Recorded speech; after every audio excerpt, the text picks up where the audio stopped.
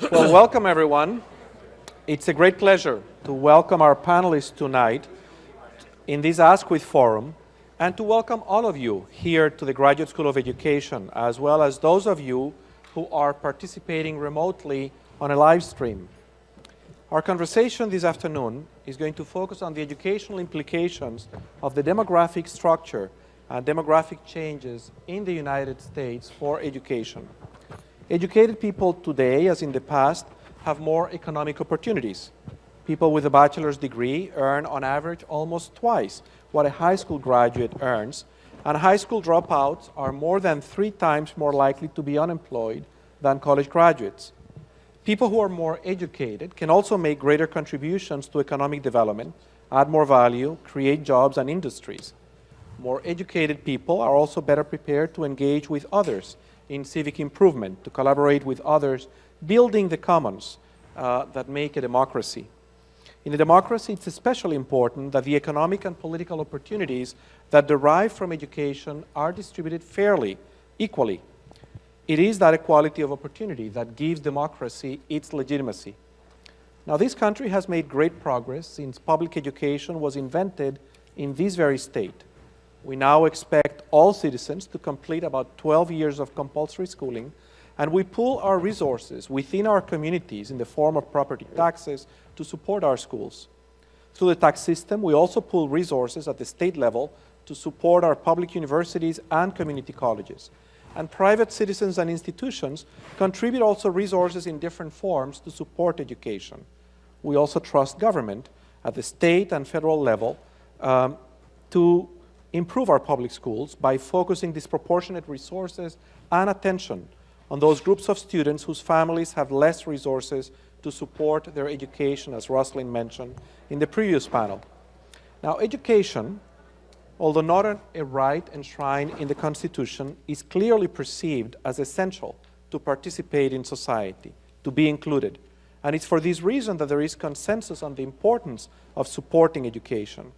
But it's noteworthy that in many countries around the world, basic education is indeed a constitutional right, and it is considered essential for full inclusion as a citizen. Now, the challenges facing the country are well known. Our educational global standing, whether measured in terms of educational attainment, achievement, or equity, is not good. Whereas 30 years ago, we used to lead the nations of the OECD in terms of the percentage of our population who access college, today we no longer lead. Performance of our students in international assessments of literacy, math, and scientific skills is mediocre, and so is the extent to which our schools compensate the effects of social disadvantage in student achievement. And so I'm going to take a moment now to introduce our speakers, and you have their full biographies, I believe, in the program. And then I'm going to ask each one of them to make some opening comments about the kinds of education challenges I have just described. And then we're going to open these up for a conversation. Rosebeth Moscanter, to my left, holds the Ernest Arbuckle Professorship at the Harvard Business School, where she specializes in strategy, innovation, and leadership for change. She's the founding chair of the Advanced Leadership Initiative. She was the editor of the Harvard Business Review and has been recognized by the Times of London as one of the 50 most powerful women in the world, and also as one of the 50 most influential business thinkers in the world. She's authored 18 books, the latest one of which, Supercorp: How Vanguard Companies Create Innovation, Profits, Growth, and Social Good, a Manifesto for Leadership of Sustainable Enterprises, was named of one of the 10 business books of 2009 by Amazon. To her left, from where you're sitting to her right, Deborah Delisle is the Assistant Secretary for Elementary and Secondary Education at the U.S. Department of Education, where she plays a pivotal role in policy and management issues affecting elementary and secondary education. She directs, coordinates, and recommends policy for programs designed to assist state and local education agencies with improving the achievement of elementary and secondary school students. She helps ensure equal access to services leading to improvement for all children, particularly children who are economically disadvantaged. She fosters educational improvement at the state and local levels and provides financial assistance to local education agencies whose local revenues are affected by federal activities. She serves as the principal advisor to the U.S. Secretary of Education on all matters related to pre-K, elementary, and secondary education. Thanks for coming. To her right, Eduardo Padrón is the president of Miami-Dade College, a national model of student achievement and the largest institution of higher education in America, with more than 175,000 students.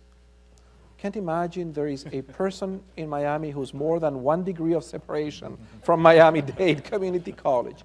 In 2009, Time magazine included him among the 10 best college presidents in the United States. In 2010, Florida Trend magazine named him Floridian of the Year. And in 2011, the Washington Post recognized him as one of the 8 most influential college presidents in the country. The Carnegie Corporation of New York granted him its prestigious Centennial Academic Leadership Award. He's the first college president to receive the National Citizen Service Award from Voices for National Service, and he has been named an Aspen Fellow by the Aspen Institute, and is the recipient of the Hesburgh Award, the highest honor in U.S. higher education. To his right, David Wilson is the 12th president of Morgan State University in Baltimore, Maryland. After more than 30 years in higher education administration, he has compiled a lengthy record of accomplishments, including 2 books and over 20 articles published in scholarly journals.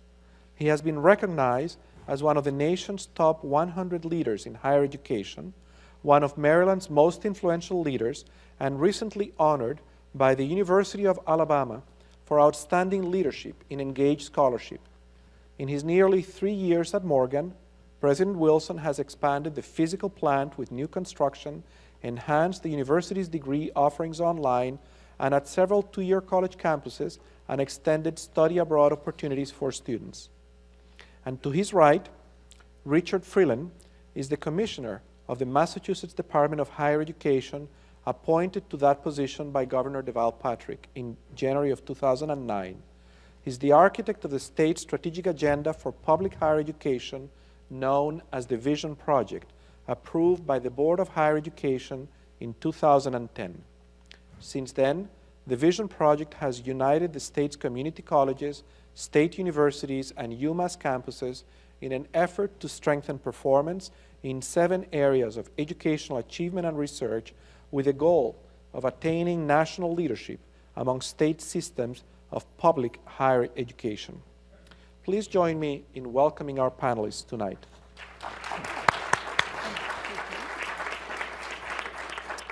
Let me begin with a question for you, Rosebeth. You're the founding chair of the Advanced Leadership Initiative, and this forum tonight is part of a 3-day think tank, a deep dive in the education field, focused on the question of whether education is indeed a civil right. What do you tell us about the importance of the issues we're going to be engaging with, and why is the Advanced Leadership Initiative holding this forum? First of all, thank you to our distinguished guests, and thank you, Fernando, for being a wonderful colleague in the founding and development of Advanced Leadership. So, Advanced Leadership is designed to educate experienced leaders about how to deal with complex, messy problems in the world, of which education, which can seem so straightforward, is actually one of those messy problems. And our mantra is that it's not enough to think outside the box, which is a metaphor for creativity. We have to think outside the building. That is, just as healthcare isn't hospitals, a city isn't just City Hall, education isn't just the schools. And so no one profession or field, even though there are many professional educators who do a marvelous job, but no one profession or field can deal with these kinds of problems. And in fact, at the opening of this forum, we've already heard about wraparound services, the importance of families, etc. So I'd like us at Advanced Leadership, we modify a little of saying that Hillary Rodham Clinton took from Africa. It takes a village. In Advanced Leadership, we say it doesn't just take a village, it takes a cross-sector, multi-stakeholder coalition to make change. And that's, yeah, but that's what we're all about. And this think tank is a very good example of that cross-sector, multi-stakeholder coalition, because we are a collaboration between the Harvard Graduate School of Education, the Harvard Law School, where this forum will move physically tomorrow, and Harvard Business School. So all of those are stakeholders in making change. So the think tank title, is education a civil right? It's often said that education is the civil rights issue of our time. That was said in the first forum, first panel, etc. But the answer actually is that education in the United States is not a civil right. And as the first panel also made clear, this is the 40th anniversary of a Supreme Court decision, U.S. Supreme Court decision, that said that education is not a right, it is not a civil right. It was the San Antonio Independent School District versus Rodriguez. We will hear more about that tomorrow from Professor Kimberly Robinson. And that was a group of parents who took the school district to court because of inequities in financing compared to a suburban district because of our property tax system. So there wasn't enough money for their children. And the court said, no, it is not a civil right. Now that's kind of interesting because while it's not a right, it is a legal obligation for children to stay in school to age 16 in the United States. In some states, it's 17 or 18, and President Obama has recently said that he would like to make that universal age 18 to stay in school.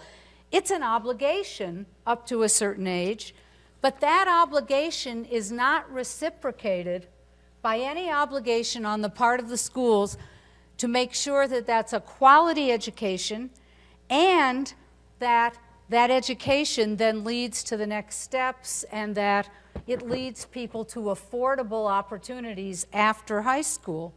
And in the United States, it's been estimated that every 26 seconds someone drops out of high school, leading to about 1 million high school dropouts in the US.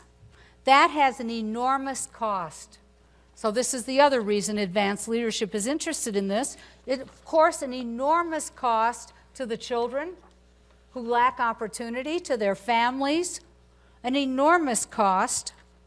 And high school, even if we could keep them in school, high school, of course, is not enough anymore, as Dr. Freeland knows and has on the website. It's not enough and certainly won't be enough for the future, even if we could keep them in high school.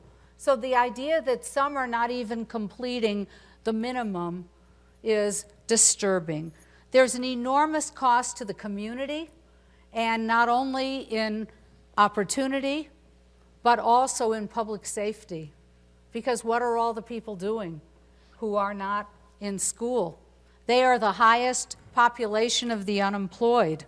There's a cost to the government, which means all of us as taxpayers estimated about $300,000 per dropout in lost earnings, which mean no taxes, and also in the costs of the other thing that sometimes happens, which is the incarceration, a highly disproportionate incarceration of young black males.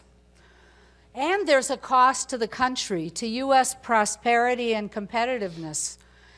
There are jobs in America, but there's a mismatch between the skills that people are educated to get and the jobs to be filled. It's been estimated that there are about 3 million unfilled jobs in America because of an absence of so-called middle skills, skills that require more than a high school diploma, less than a college degree, and that hurts all of us because employers can't find the talent and yet they would hire them. And this is one reason why community colleges are being talked about so often. It's one of the reasons that Eduardo Padron is one of my personal heroes. And because of the kinds of education you provide, and now that you are a full college, not just a community college, you have many more opportunities to move people along. So we should make education a civil right as an important principle. Just as some countries do have it as a right, as you said, Fernando, health is not a right in the United States, and it is in some other countries. How can we have a prosperous 21st century society? How can we call ourselves a developed or an advanced nation without education and health as basic rights? That's what it means to live in an advanced society. So we should establish the principle, but the principle itself is not enough. Just having a law or changing the law, what then? That doesn't make it good. Then we really need to think outside the building, because what we need is innovation. Established institutions, including in education, are a little like castles. We sometimes say battleships, and they're hard to turn around, but I think they're more rooted. Battleships at least move. I think many school systems and the establishment is more like a castle, and it's very difficult to attack a castle head on. It has a moat surrounding it, and I will pick up the mic here. So we have to think about how you actually attack the castle, and you attack the castle, first of all, by burrowing underneath with a lot of from the ground up innovations that make change, or by establishing around the castle new little villages with experiments that might turn out to be the solution. And throughout this think tank, we're not going to just talk about the problem, we're going to move to innovations that are solutions. Tomorrow there will be extended learning time, and also somebody talking about using the community as educators, as one of our fellows has done in a different way, and embedding the assets of a neighborhood in a school system to improve education. We'll talk about model, the first model, I think, in America to reinvent high school, and it's incredibly powerful. PTech, Pathways in Technology, Early College High School, now President Obama's favorite program that he wants to take to scale. We will learn about how they're doing it, where these innovations are coming from, and how they can affect the system. We have so many others in this think tank. College access, affordability. One of our fellows will talk about a new model. And of course, Dr. Wilson knows a great deal about the issues of trying to make college accessible to people. So that's an important part of this think tank. There are so many, and former finance guys, by the way, we're thinking outside the building, because they're the ones working on college affordability, not people from within either the education establishment or the traditional college loan business, which is also not necessarily helping more people afford college.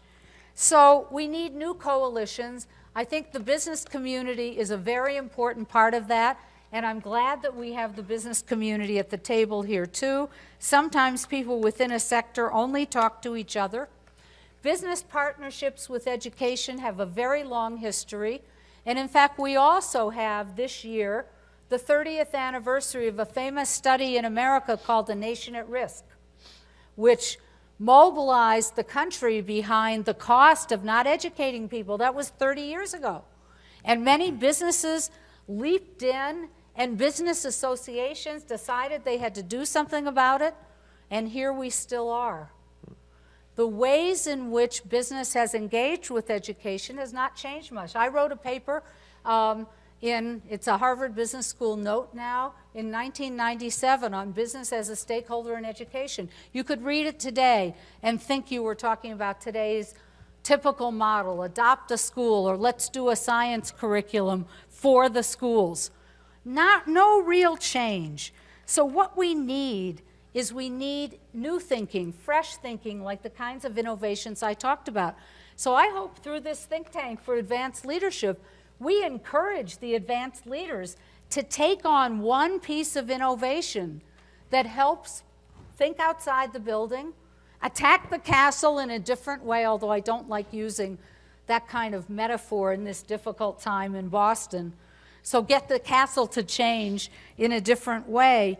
And I think we all need this. And I know that this is one of the most important things we can do, but we have to do it differently. And I feel that as a citizen, as a community member, and also on behalf of the businesses I consult to and the business leaders I teach, because we do not have a prosperous society without finally answering this question and taking new kinds of action, not just the same old thing. Thank you very much, Rosbeth. Secretary Delisle, in every country, there is a relationship between the social background of students and how they fare in schools. But one of the things that we learn from international comparisons, where kids are tested, like PISA and so on, is that the strength of that relationship varies. So for example, in the United States, if you look at the poorest 25% of the kids, only a quarter of those are in the top 25% of the distribution of academic scores in PISA. But in Canada, that percentage is double. 50% of the poorest kids are the top 25%.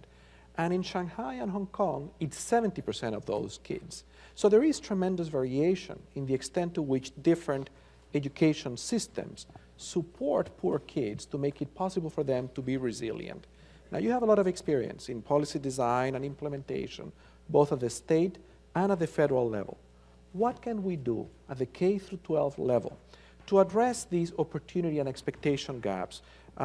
Why should we focus on educational opportunity? And what is your sense of what we should be doing that weren't doing already? So thanks, Fernando. It's a really great question. I also have to say, I'm so appreciative of being invited back. I was here a year ago, and as you know, it was a year ago tomorrow, while I was at dinner with you. As a matter of fact, I got a call from the White House to let me know that I was confirmed by the Senate. So I feel good coming back. Hopefully, I don't know if I'll get another phone call tomorrow night about something else. I don't know what that would be, but hopefully it's not like you're unconfirmed. No. But seriously, it's so great to be back. And I have to say, having been a New Englander for most of my life, my heart goes out to the Boston community for the events. But I really like the fact that you frame this question around opportunity gaps. So, you know, one of the greatest jobs, it's probably my favorite job I ever had, was being the superintendent of an urban school district. And actually one of our teachers is here as part of one of your groups here.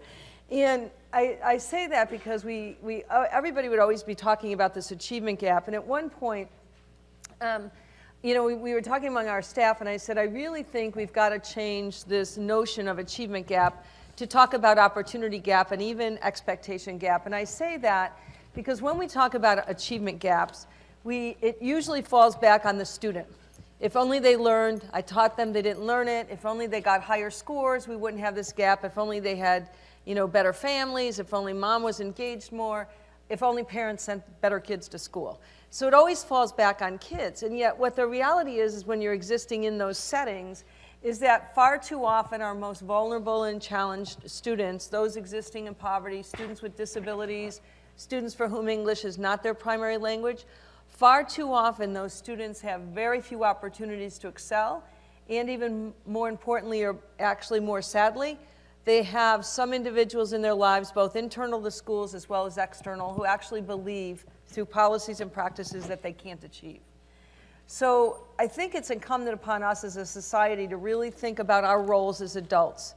You know, I've often said, and I especially say it coming into this job now, is that kids in kindergarten, students in a biology class, don't care if you're Republican or Democrat. What they care about is that you're going to make absolutely the best decision for them. So I would challenge all of us to think about schools from the standpoint of their own kids. If you've ever had an opportunity to go into a school, to look at a school because you were maybe moving to a new neighborhood, maybe coming to Harvard and you had to look at the Cambridge schools or some schools in Boston, you know within 5 to 10 minutes as to whether or not you want your own children in those schools. And one of the great perks of my job is I have an opportunity to go across the country and visit schools all across our nation. And I know within 5 or 10 minutes whether or not I'd want my own son in that school. Mm-hmm.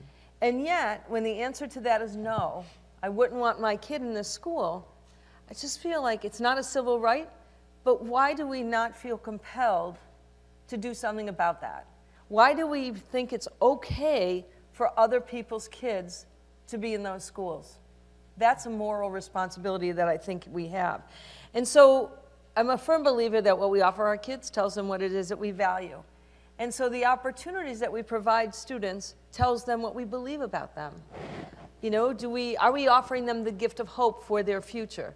Let me give you two really kind of poignant examples here. And I would probably dare to say I disagree a little bit with one of the responses on the prior panel about what's the one thing, because I'm going to push really hard on this. I don't know if the gentleman is here. Yeah, you are in the middle, and that's preschool. So let me give you an example about preschool programs. Children, by the time that kids are 3 years old, a child in a poverty situation has a 3 million word gap from their age mates whose families are professionals. Now, of course, they're not speaking 3 million words, but 3 million word gap in terms of the language that they're hearing. And an example was given earlier. You know, you're wheeling your kid around in a cart and you're talking about how many bananas they have. Go to a local department store at some point. Go to a grocery store and just stand there for 15 minutes is probably the best research you can do. And just listen and observe the ways people interact with their children. You could point out at that particular moment in time, look at anybody under 5, look at them in a restaurant sitting near you. You could point out in that moment in time and say, that kid's going to make it. Pretty unlikely that kid's not going to make it. Or pretty unlikely that kid's going to make it. So an investment in preschool is huge. And this whole literacy notion. But look what happens. Here's my second point. When all those kids show up in kindergarten on the first day, we believe that, and we treat them as though they're all starting from the same place, right? They all have the same kind of experiences for the most part. Sometimes we'll sprinkle in some literacy instruction. Sometimes they're lucky enough to get an additional literacy reading period. But for the most part, we believe they're all starting from the same point. So opportunity gaps exist very early on. We had about 100 students come to the department several months ago, and it was one of those moments in time I wish I could just, that will forever remain etched in my heart. Because they were all students from impoverished neighborhoods who came to share what they believe is the civil rights issue of their time, the lack of quality opportunities for themselves. And there was a school district represented there, and this particular school these students were existing in this year, so it's not like 20 years ago, is a building that's split in half. And as one student said, on one side of the brick wall we sit, and on the other side of the brick wall these other kids sit. And what the student did was to put up on an overhead, just on the overhead screen on a digital display, the courses that are offered in his school versus on the other side of the wall. 0 advanced placement courses, 18 advanced placement courses. Art online, 3 art teachers. Sitting in their homeroom, these are high school kids, sitting in their homeroom eating, fully refurbished cafeteria. And the list went on. Now, this list that's over here, who in this room would put up with that for their kids? Excuse me, this list over here. Who would put up with that for their kids, right? Who would say, why on the other wall do you have, on the other side of the wall do you have 3 art teachers and my kid gets art online?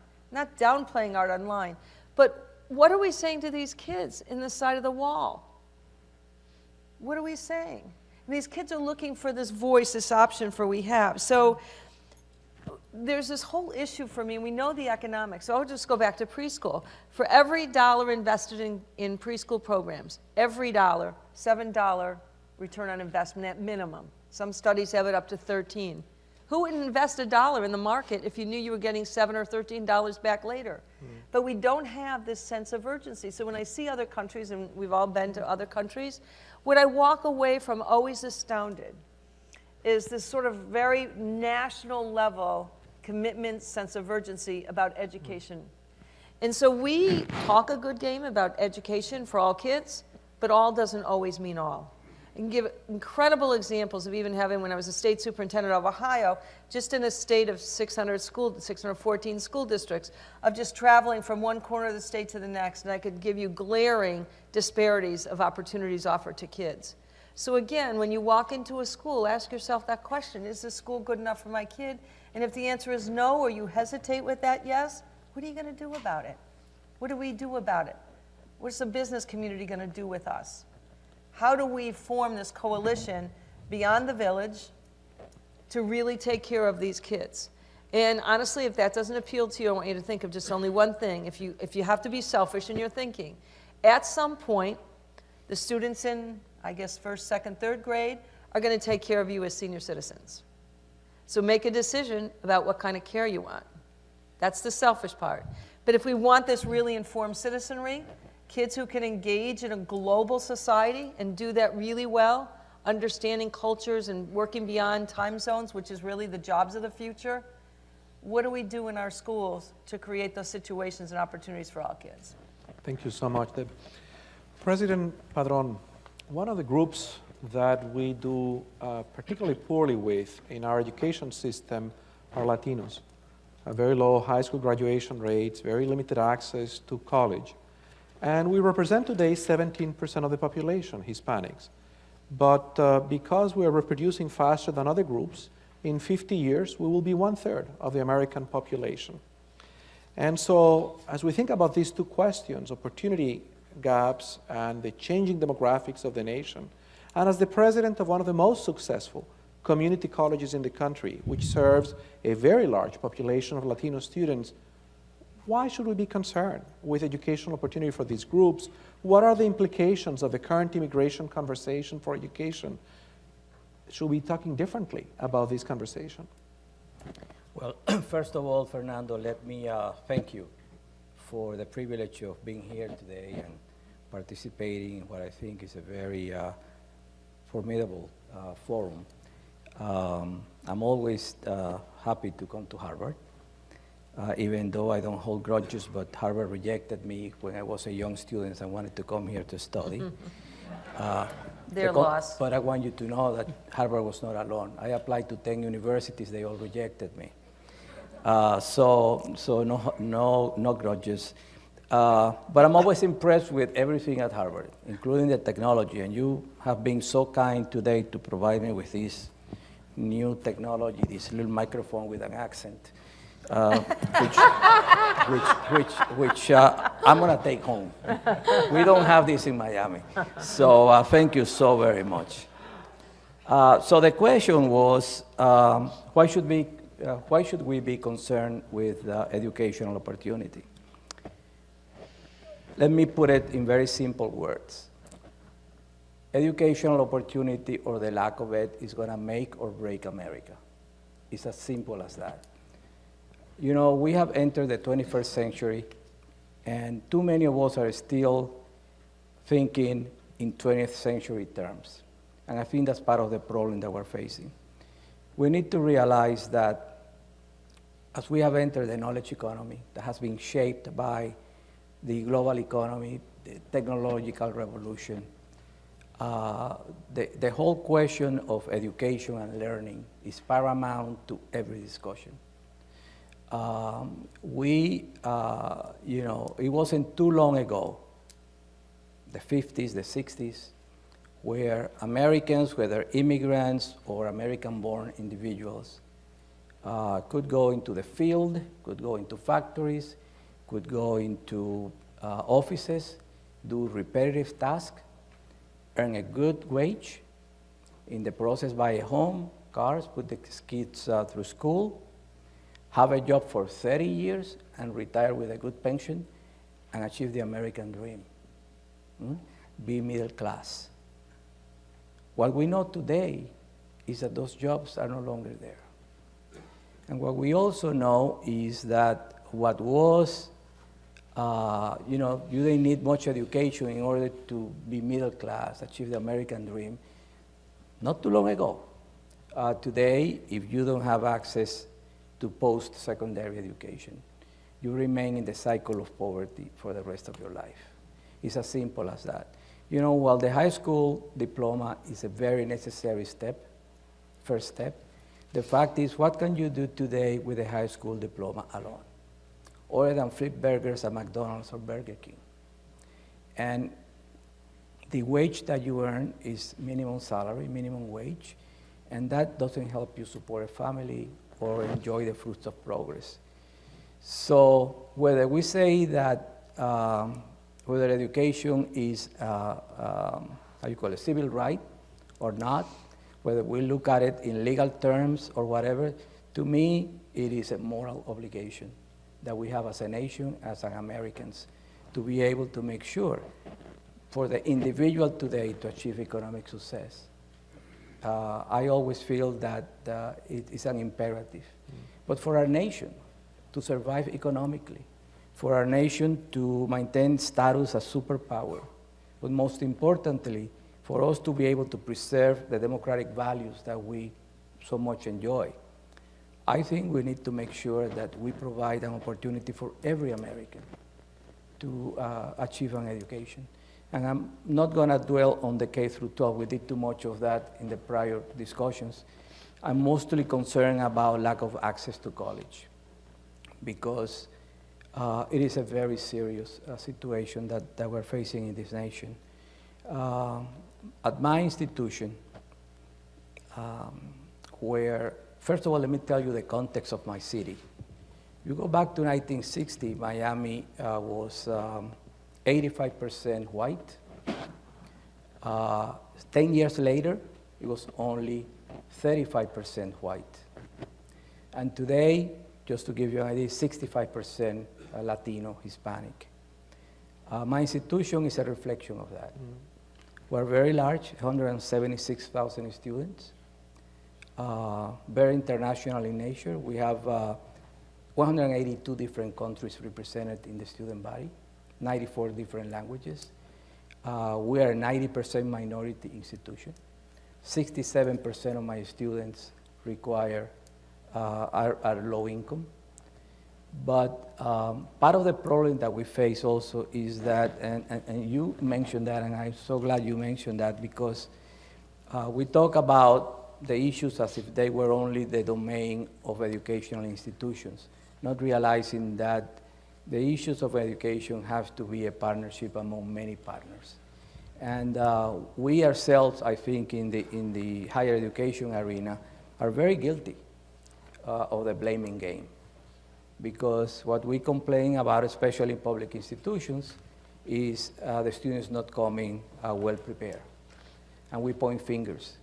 And it's funny because you talk to the high school principal, and they understand the students that he sent you or she sent you are not well prepared. He says, you know, if the middle school would just send me better students, I wouldn't have that problem. You talk to the principal of the middle school, and she says, wow, if the elementary school would have done the job, we wouldn't have this problem. It goes on and on and on until the pre-K persons, if those parents had done the job well, we wouldn't have this problem. So the blame is there. It's also true that while we all agree that we need to work closely with corporate American and private companies, etc., businesses give a lot of lip service to education. And I think it's upon us to be able to challenge that and to be able to approach that in a different way that we have done that in the past. One of the things that concern me is that, you look at, you mentioned the issue of immigration and the misunderstanding that we have in this nation about immigration, which is ironic because this is a nation of immigrants. And, but the fact remains that we have more than 11 million people in this country that are undocumented. And we cannot afford, as a nation, not to have those individuals fully integrated into society so they can be productive and contributing members of society. I especially care about the young students, the so-called dreamers, because most of the students, and I see them every day, we have a very large percentage of those. Most of the students are young people who came to this country when they were 1, 2, 3, 4, 5, 10 years old. Their parents brought them here. They have gone through the schools, they have graduated. We, as a society, have invested in their education. And then when they finish, they find a roadblock. They just cannot go on. And rather than us harnessing that potential, providing the opportunity, because in Florida, for example, if I were to admit a student who was undocumented, I would have to treat that person as a foreign student. which means that I have to charge 4 times the cost of tuition, which makes it almost impossible for them to be able to afford that education.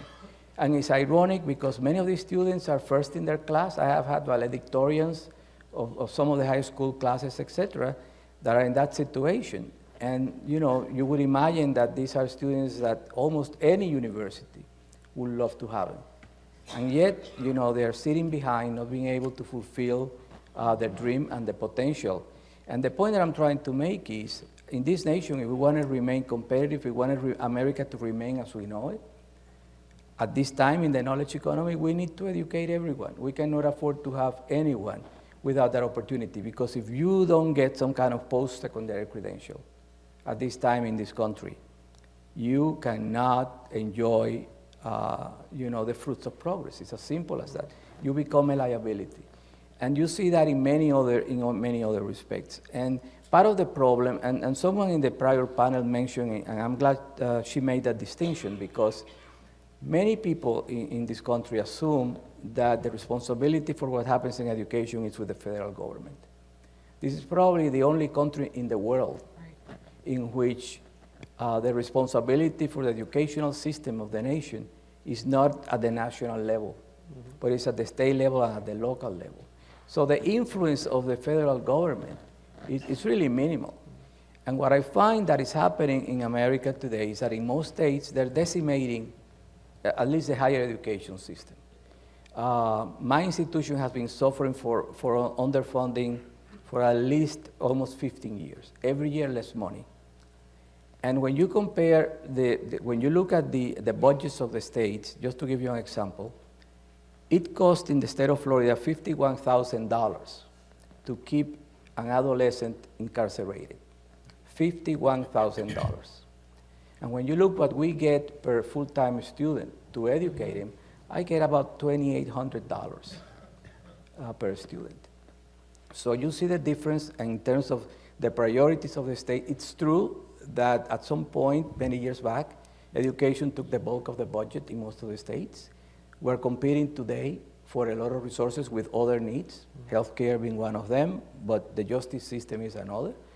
But there is a lack of vision in many areas where we don't understand the importance of investing in education. We see education as an expenditure, not as an investment. And we don't see education as a most important factor in economic development.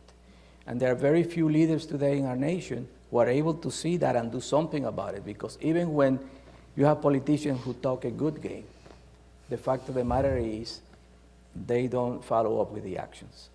And that's part of the challenge that we're facing. The other problem is that most people don't see the educational challenges of our country today as an emergency. There are other emergencies, but it's something, education is something that can be dealt with tomorrow. And as a result of that and neglect, we are ourselves in a situation which I'm the eternal optimist, but I'm very fearful for the future of our country if we don't do something very drastic, very fast, in order to solve the issues that are facing us today. Thank you very much, Eduardo. President Wilson, of the people in the panel today, I've known President Wilson the longest. In fact, I've known you longer than I've known my wife. We met at the same time in this institution as we were graduate students. And I wouldn't be here today if it weren't for him, because he was a doctoral student who served on the doctoral admissions committee that admitted me. So I'm very grateful for that. And he also gave me my very first job as a student here. But I remember in those days, Dave, that I asked you, you know, what are you going to do? And he said, in 30 years, I really want to be leading a historically black university, ideally, a university to expand educational opportunity, especially for first-generation college students. So I'm very glad that you're doing that. Now, as the president of a historically black college, how do you think about the impact of the shifting demographics of the country? We are rapidly becoming, and we will become in 40 years, the first nation where the majority of our population will be what are today minority groups. Latinos, African Americans, Asian Americans, and so on. So how do you think about the imperative of these shifting demographics on the college completion imperative that President Obama has been advocating for? And if the nation is going to lead the world again in the percentage of the population with college degrees, how do we think about the role of particular institutions, and particularly about historically black colleges in helping us get there? Well, that's really a tall order. And first of all, let me join with the other panelists, Fernando, in thanking you for inviting me here today.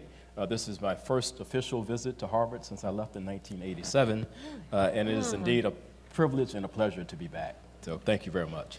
I sat through the last panel and I heard that great discussion, and I thought I would at least touch on education as a civil right before actually delving into the questions that you posed.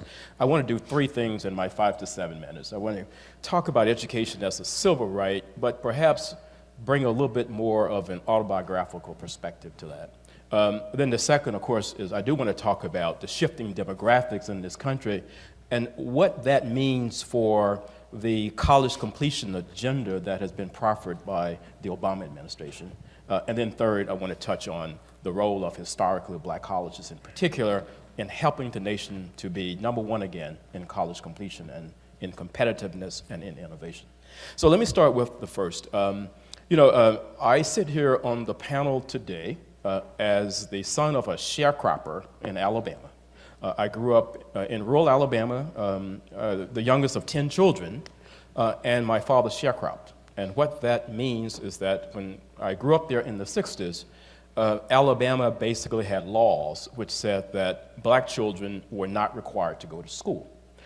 And so my father, in turn, did not send us to school, or he had a system in place where he would send 2 of us to school one day and 3 would stay out, and then the next week he would shift that. Well, that took an enormous toll on the first 5 of his children, my older brothers, and so they dropped out in the first grade or second grade. To this day, they are illiterate. My father was illiterate as well.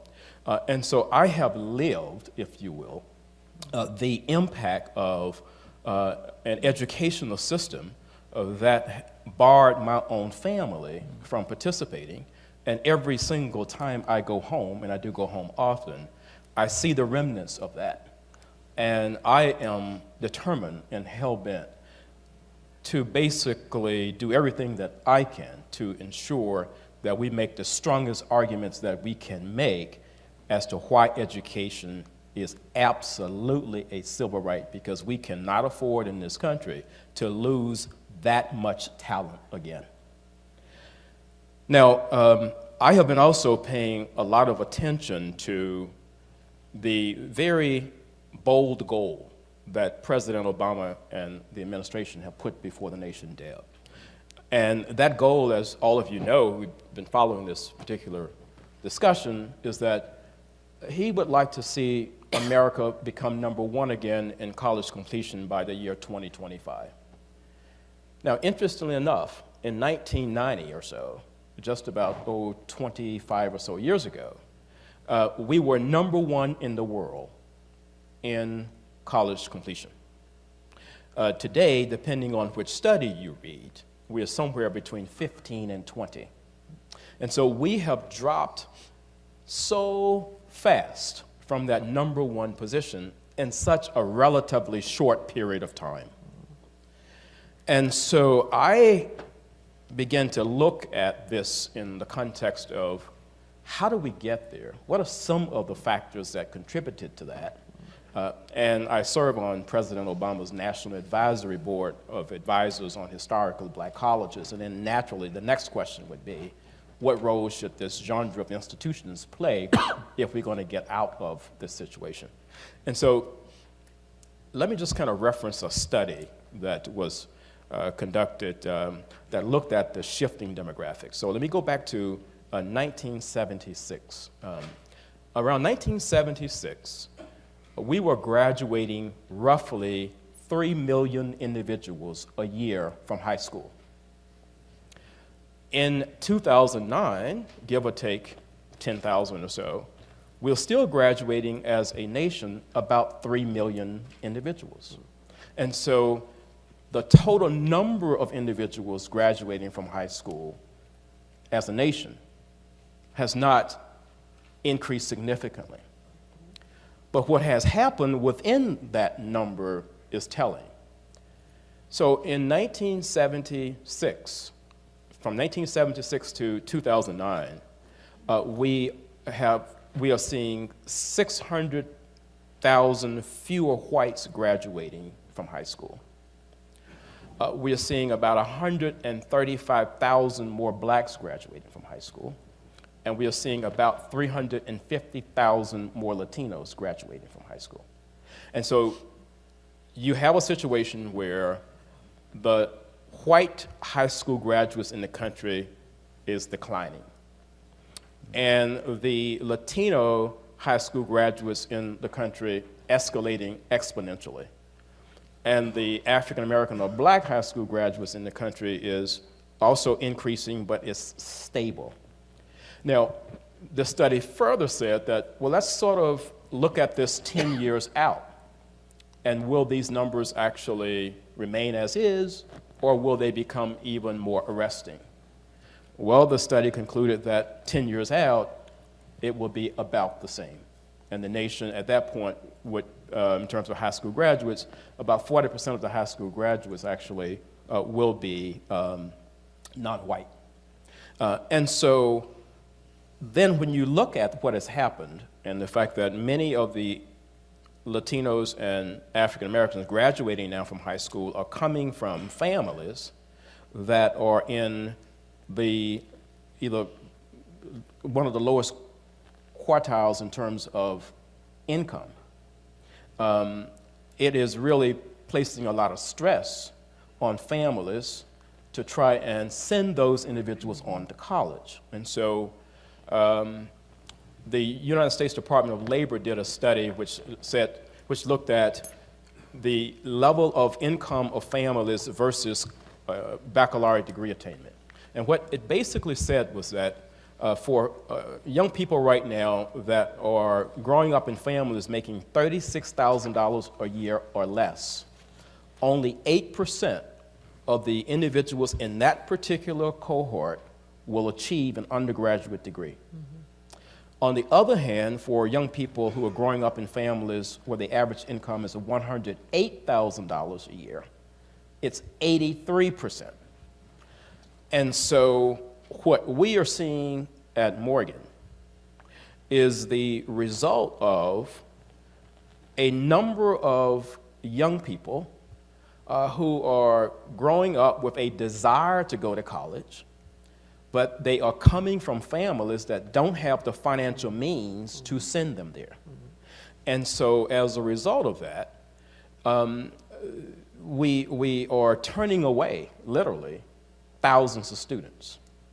I've been at Morgan for 3 years, and I have 2 bad days there every single year. So I've had a total of 6 bad days so far.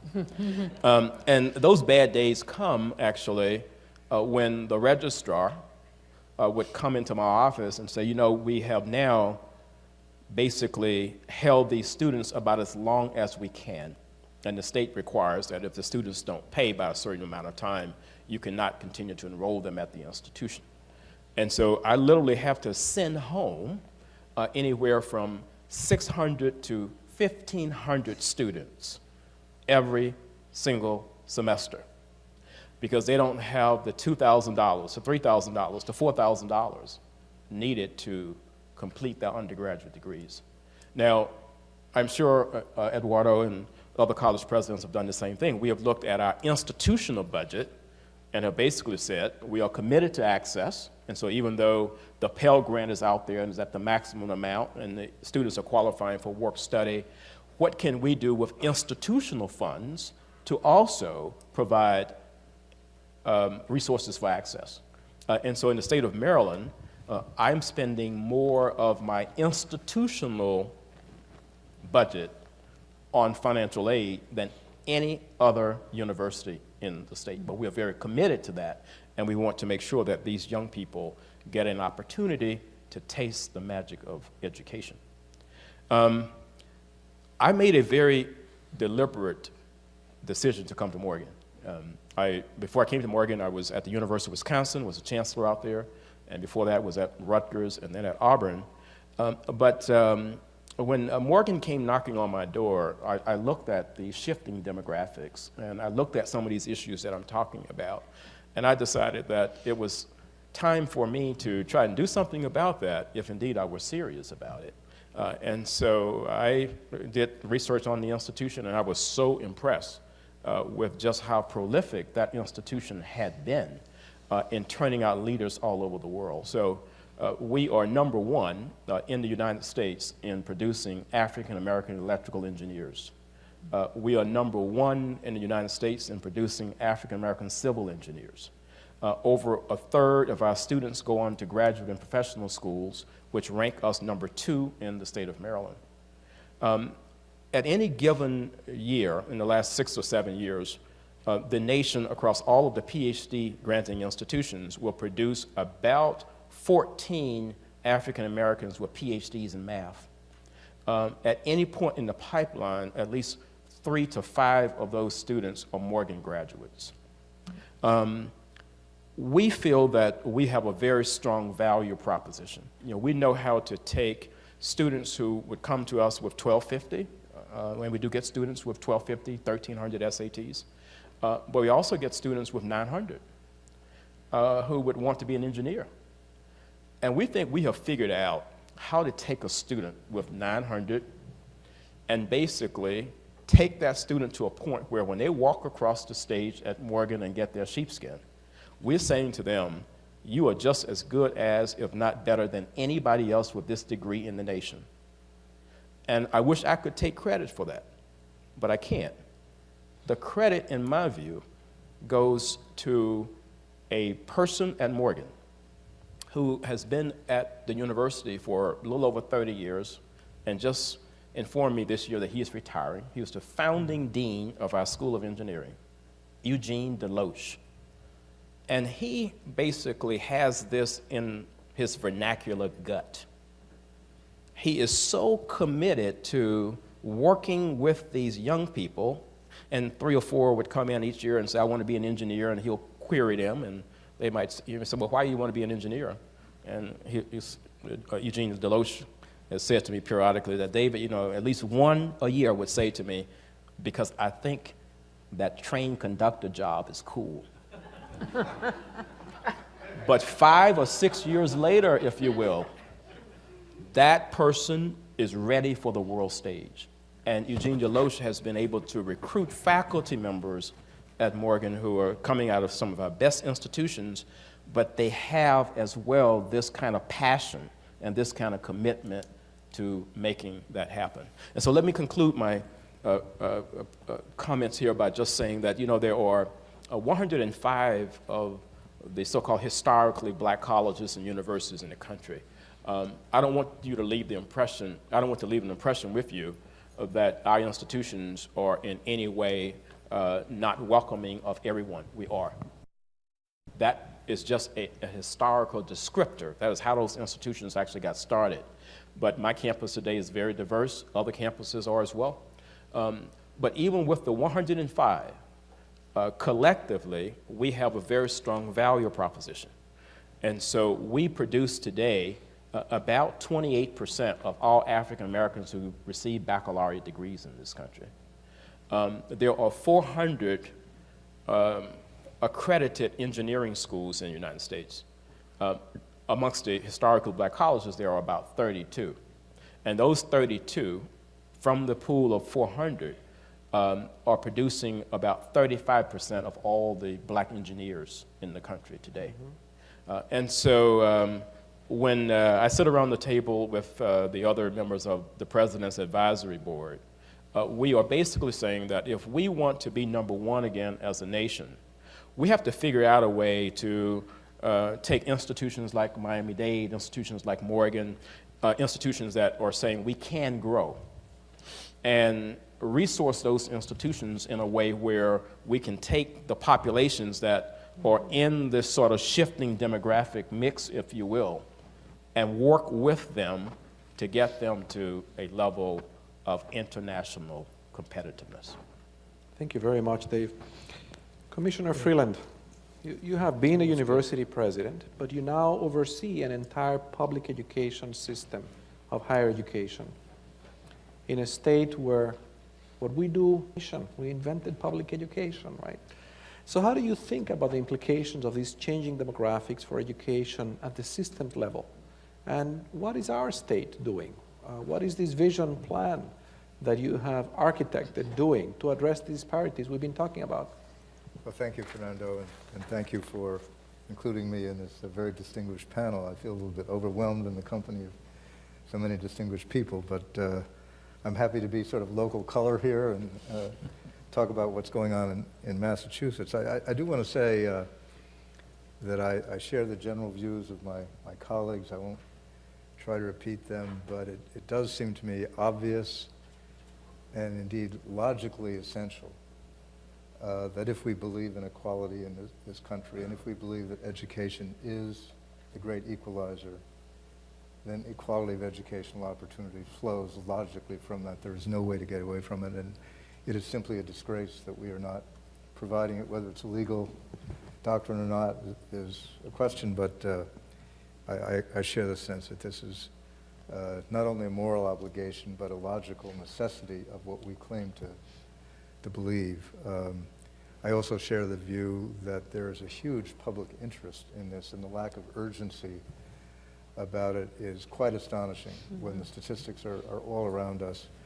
And it can only mean that we are so unable to envision a future different than the present, and so caught up in our immediate needs that we're unable to make the decisions that all the data tells us we need to make. It's really quite an astonishing failure on our part. I thought what I would do in my few minutes here is talk about the consequences of the opportunity gap that we've been talking about in Massachusetts in terms of what our young people are experiencing and accomplishing in education.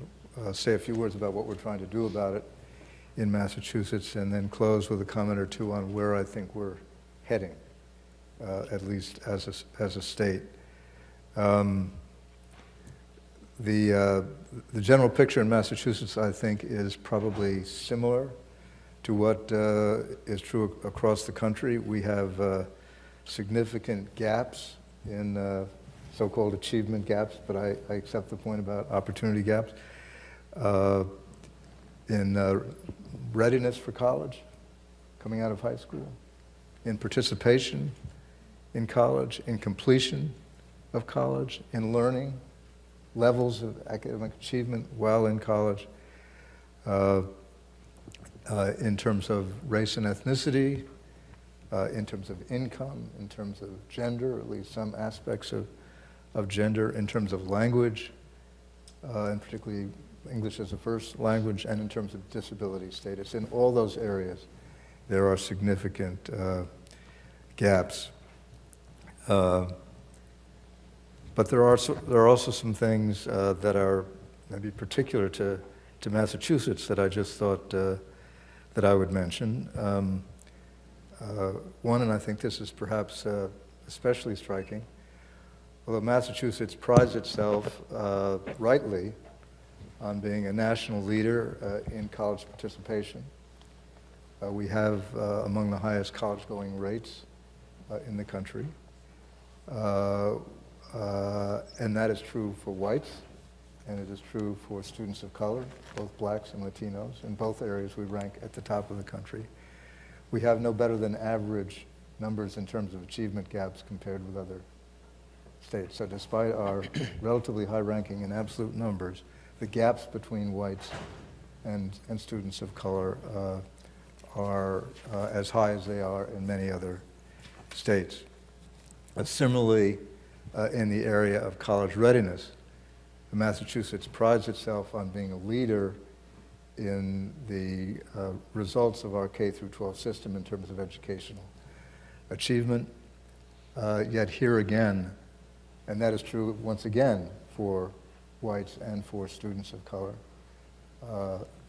but here again, our gaps are actually greater than average in the state in terms of readiness college. So once again, the very high levels of achievement that we pride ourselves on as state do not mitigate the significant disparities between middle class and affluent white students and students of color and low income students. Our gaps are significantly greater for Latino students than for African American students in our communities of color. And these gaps with respect to completion and learning tend to become larger as you go up the academic food chain. So the greatest gaps are at the university level. The gaps are somewhat smaller at the state university, four-year and master's level, and least at the community college level. I'm not sure if those are typical of other states, but they're things that I think are particularly striking in Massachusetts. Beyond those data which apply to public higher education, there are a couple of other things that I think are worth noting that are particular to Massachusetts. Number one, of course, is the very large role that private higher education plays and always has played in this state. And middle-class white kids are much more likely to go to a private school. African American, Latino, and low-income students much more likely to go to a public institution. And Massachusetts has always been a low spender on public higher education. We have Harvard, and once you have Harvard, what else do you need, really, in terms of education? So we have always thought that with this great system of private institutions, we don't really need to invest in public higher education, and we have not. And yet that is where these very large numbers of students of color and low-income students are going. Another salient local fact is the fact that our economy in Massachusetts is more knowledge dependent than any other economy of any other state in the country, and indeed of most other. We rank number one among the states in terms of the percentage of jobs that require a college education. Something like 70% within the next few years are projected to require a college education. Yet we're not investing in the young people who are going to make up that workforce. And in addition to that, we have a stagnant population in Massachusetts, more so than many other parts of the country. If it hadn't been for immigration, Massachusetts would have lost population in recent years. We are particularly dependent, therefore, for our future workforce and our future citizenry on immigrants and on young people of color. Those are the growth aspects of our population, yet we are not investing in the educational institutions that will make it possible for them to compete on equal footing. So Massachusetts, in short, has very serious issues with respect to the consequences of these opportunity gaps as they show up in the educational attainments of students of color and of low-income students and of students from non-English speaking backgrounds. So this is very high on the state's radar screen. It is, I think, educationally the number one priority for Governor Patrick. He says this over and over again. Achievement gaps are the issue for him, and he has put money where his mouth is over and over again on this topic, which is great to see as someone who works in his administration.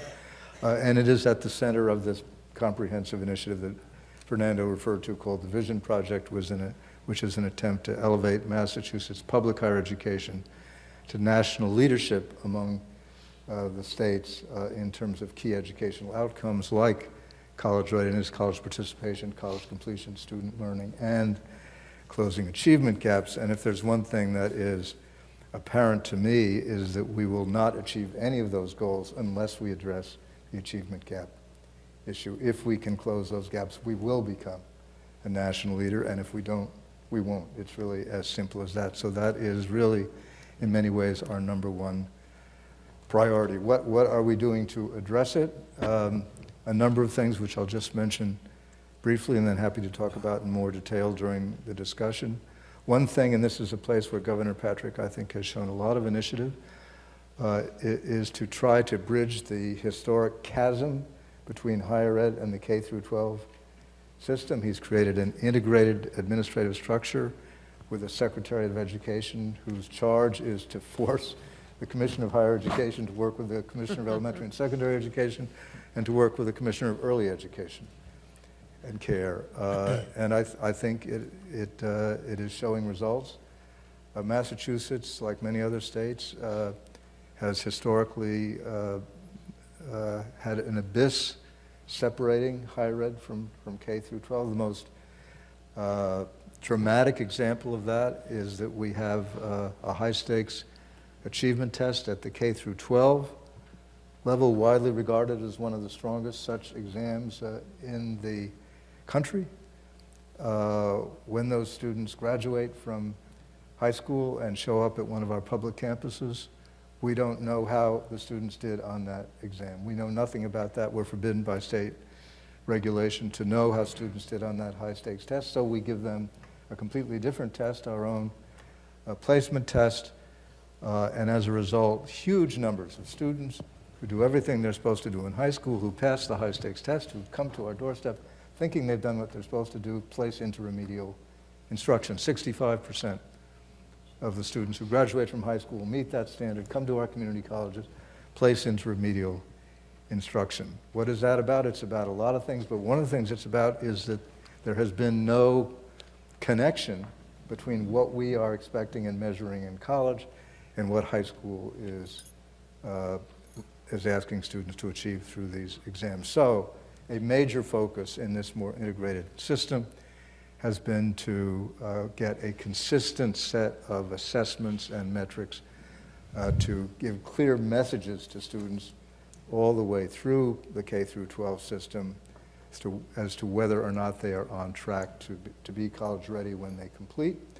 And the vehicle that we are using for that is this national initiative called PARC. There are 18 other states or so, I think maybe more, involved in that, and that is an attempt to develop an assessment system linked to the Common Core standards, which will, as I say, reach back to third grade and send students consistent message which have been agreed to by higher ed and agreed to by K-12 as to whether or not they are on track to be ready for college when they get to 12th grade. And we're investing a lot of energy in that. We are also investing a lot of energy in pre-college outreach programs of various kinds, early college, dual enrollment, gateway programs, summer bridge programs, all those kinds of things, all intended to create closer ties between higher ed and K-12.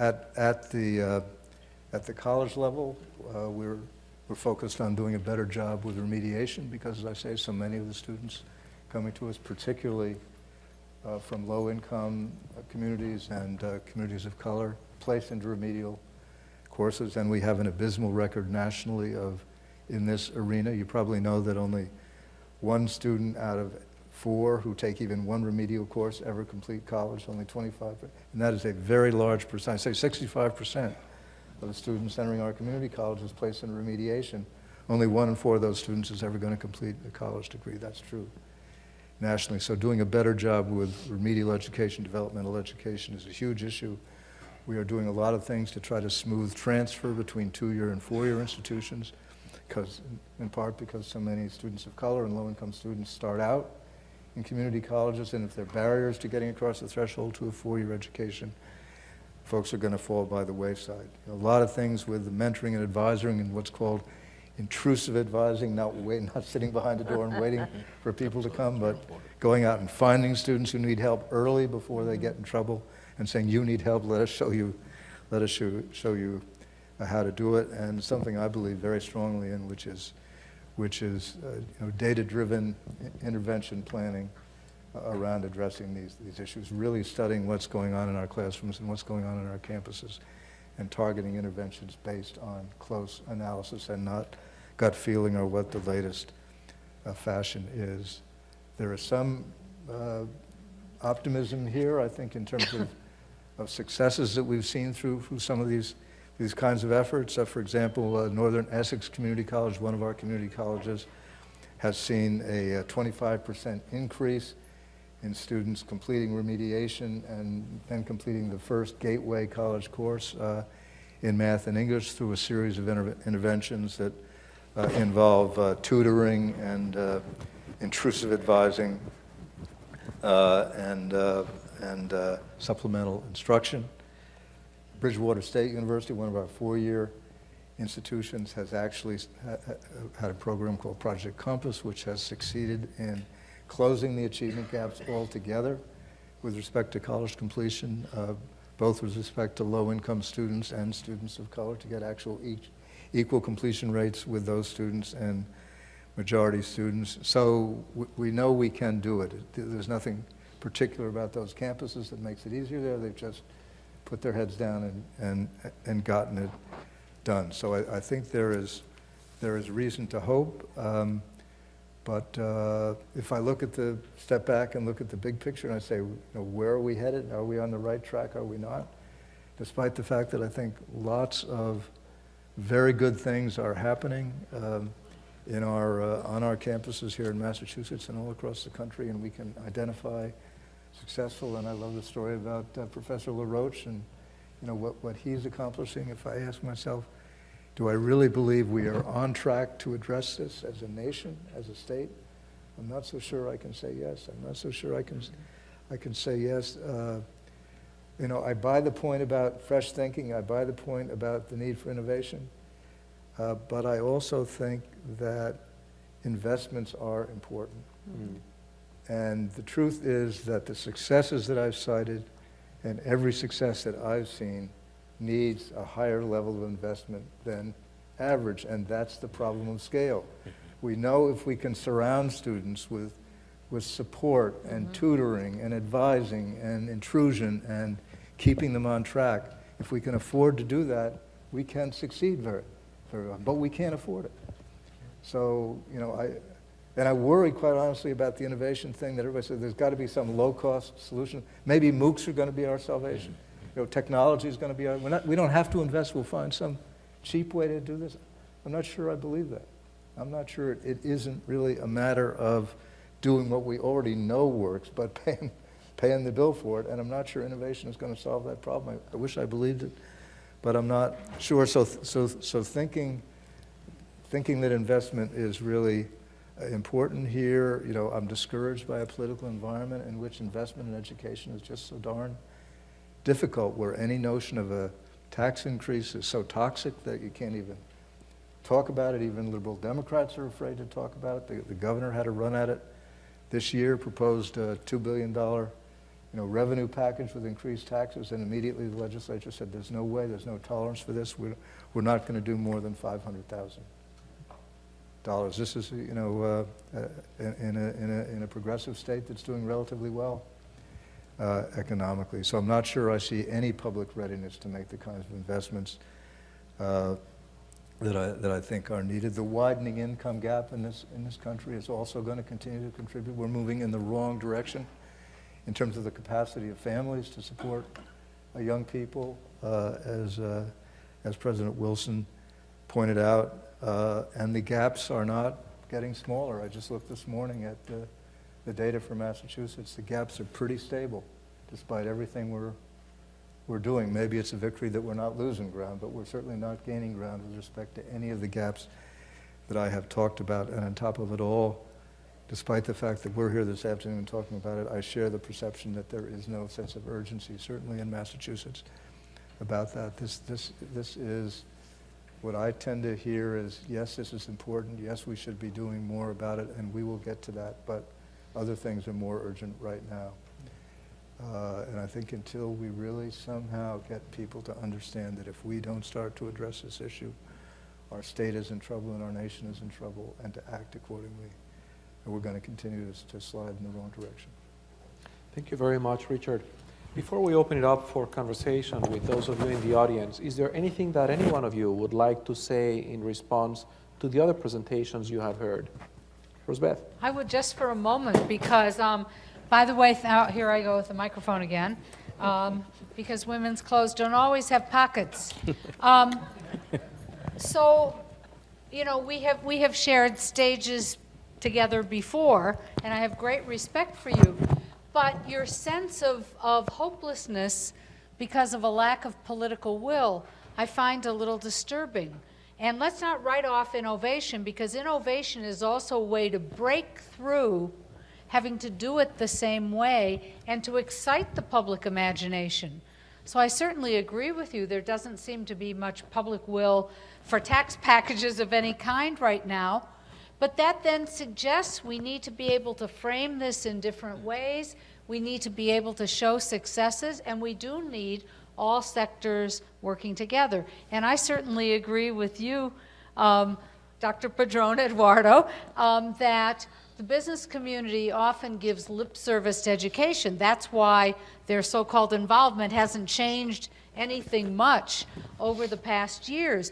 But where you can find an innovator that wants to make something happen differently, and I think this P-Tech story we'll get on Saturday is a really great example of that, an employer partnership with education, because it's in their interests, they'll invest.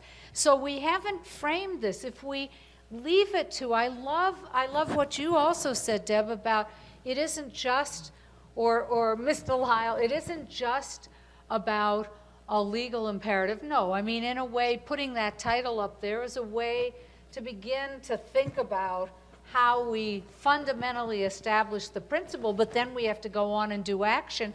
And you're right that it's a moral imperative. But if we only keep talking at the level of either moral imperative or political will, I personally get a little depressed, because then what do I do? And what do all of our advanced leaders do?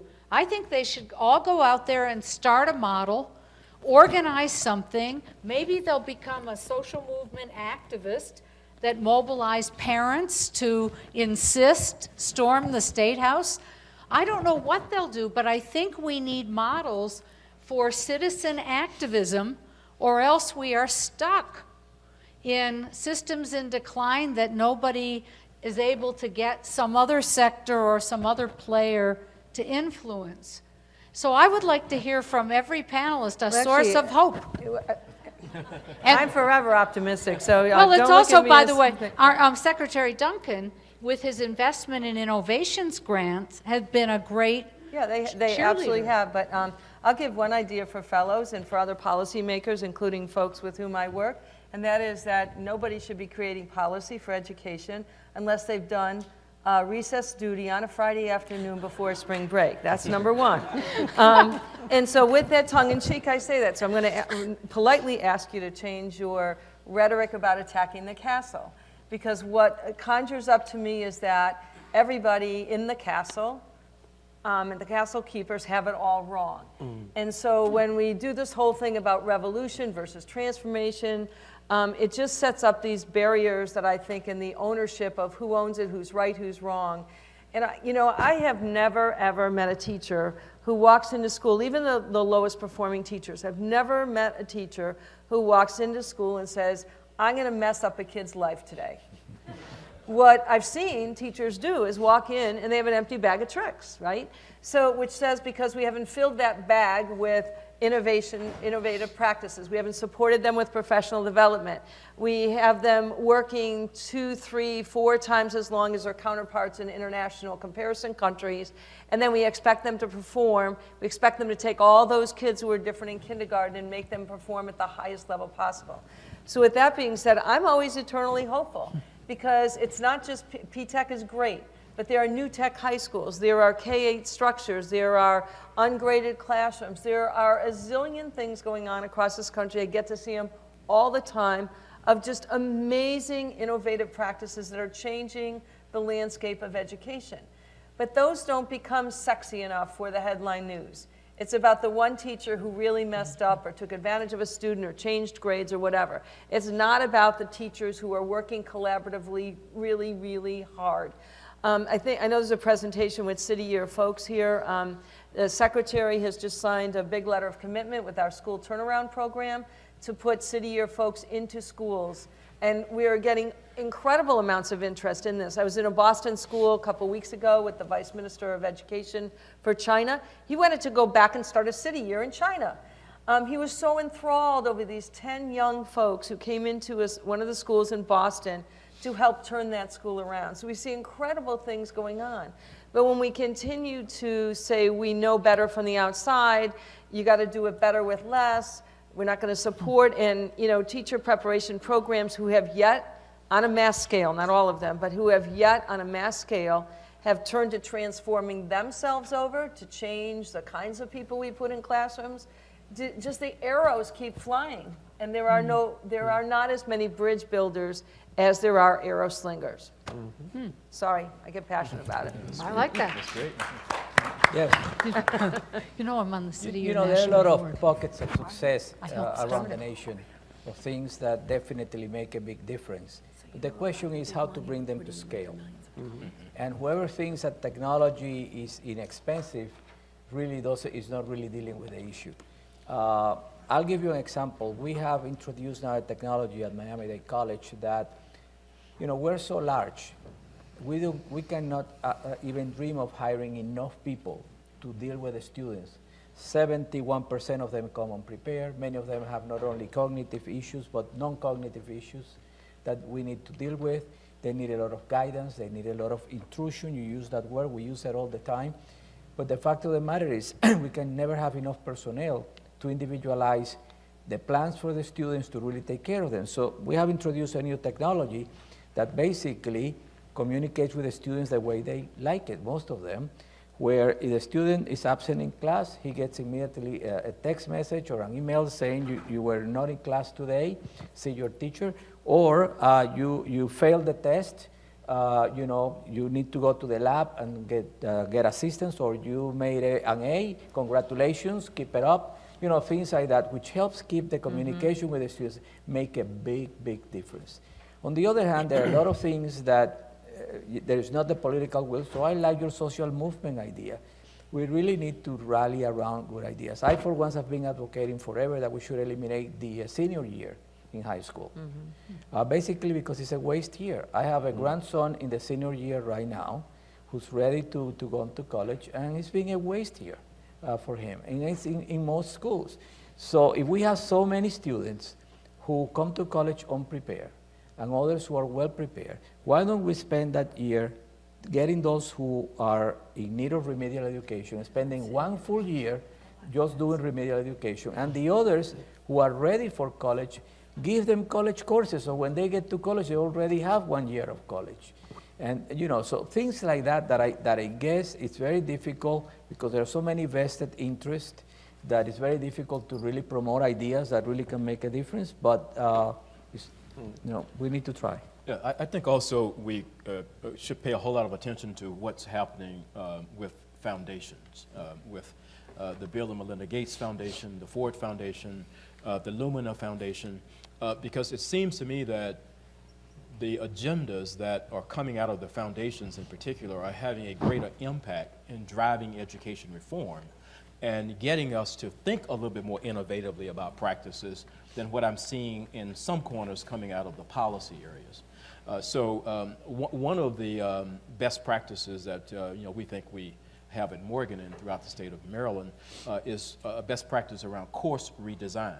And we got a major grant from the Lumina Foundation to basically go into our curriculum and look at those courses that were tripping students up along the way. And then to try and figure out, well, what is happening within these courses? And a lot of times, it's not a pejorative comment on the professors, but a lot of times you would tend to teach a course the way you were taught, perhaps in graduate school. And basically, the money then is being used with this kind of intrusive intervention here to redesign those courses because our students are coming to us much more technologically savvy than any generation that preceded them. And so we have to make sure that we are meeting them where they are and providing the instruction that they need to enable them to be successful. So I certainly will put that out there as a model. We have not in any way backed away from MOOCs. We will be the first HBCU in the country to offer a MOOC.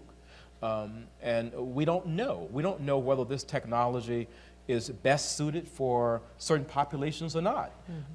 But if we don't put a toe in the water, if we don't test it, if you will, we'll never know. And so we are willing to be innovative, to be creative, and to experiment with MOOCs to see if indeed we can learn something for other institutions that have the same mission as we have. Thank you. Yeah, I would just say, I didn't mean to position myself as a pessimist in the crowd. I'm not used to being in that. Having been in this business for a long time, it's kind of odd to be in that position. But and I do. First of all, I share Secretary DeLille's admiration for people in this business. I've been in higher education for over 45 years, and most of the faculty members I've worked with are dedicated, hardworking, serious professionals, and I admire them very much. So I get annoyed with people who are constantly, beating up on them. And I do think there are interesting, hopeful experiments going on all over the country, and the technology can contribute to that. I guess in my remarks, I was trying to underscore what I think is a profound issue, which is the lack of political will and the lack of urgency here. That was really the point I was trying to underscore, and to piggyback on Professor Cantor's comment. I think reframing the issue is important. One of the things I worry about, quite honestly, is framing it as a social justice issue, even though it is a social justice issue. Because at the end of the day, I'm not sure that is what is going to move majorities in the way. I'm more inclined to think that if we frame it as a competitiveness issue, as a statewide prosperity issue, as a something that is essential for our country and for our state to maintain the quality of life we have had, not just to make life better for low-income people or underrepresented people, but to preserve the privileges and the advantages in life that everybody has had. Unless we address these issues, those things are at risk.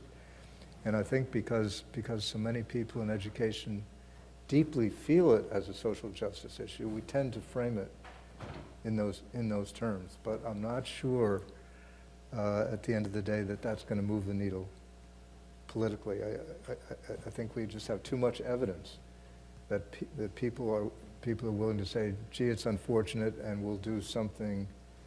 We'll do something in the social welfare area. We'll do something about poverty. We'll do something about low-income people. We'll do something about housing. But it won't be at a level, more than to just satisfy our conscience. And we need a major change in attitude here. So really, that's what I was trying to.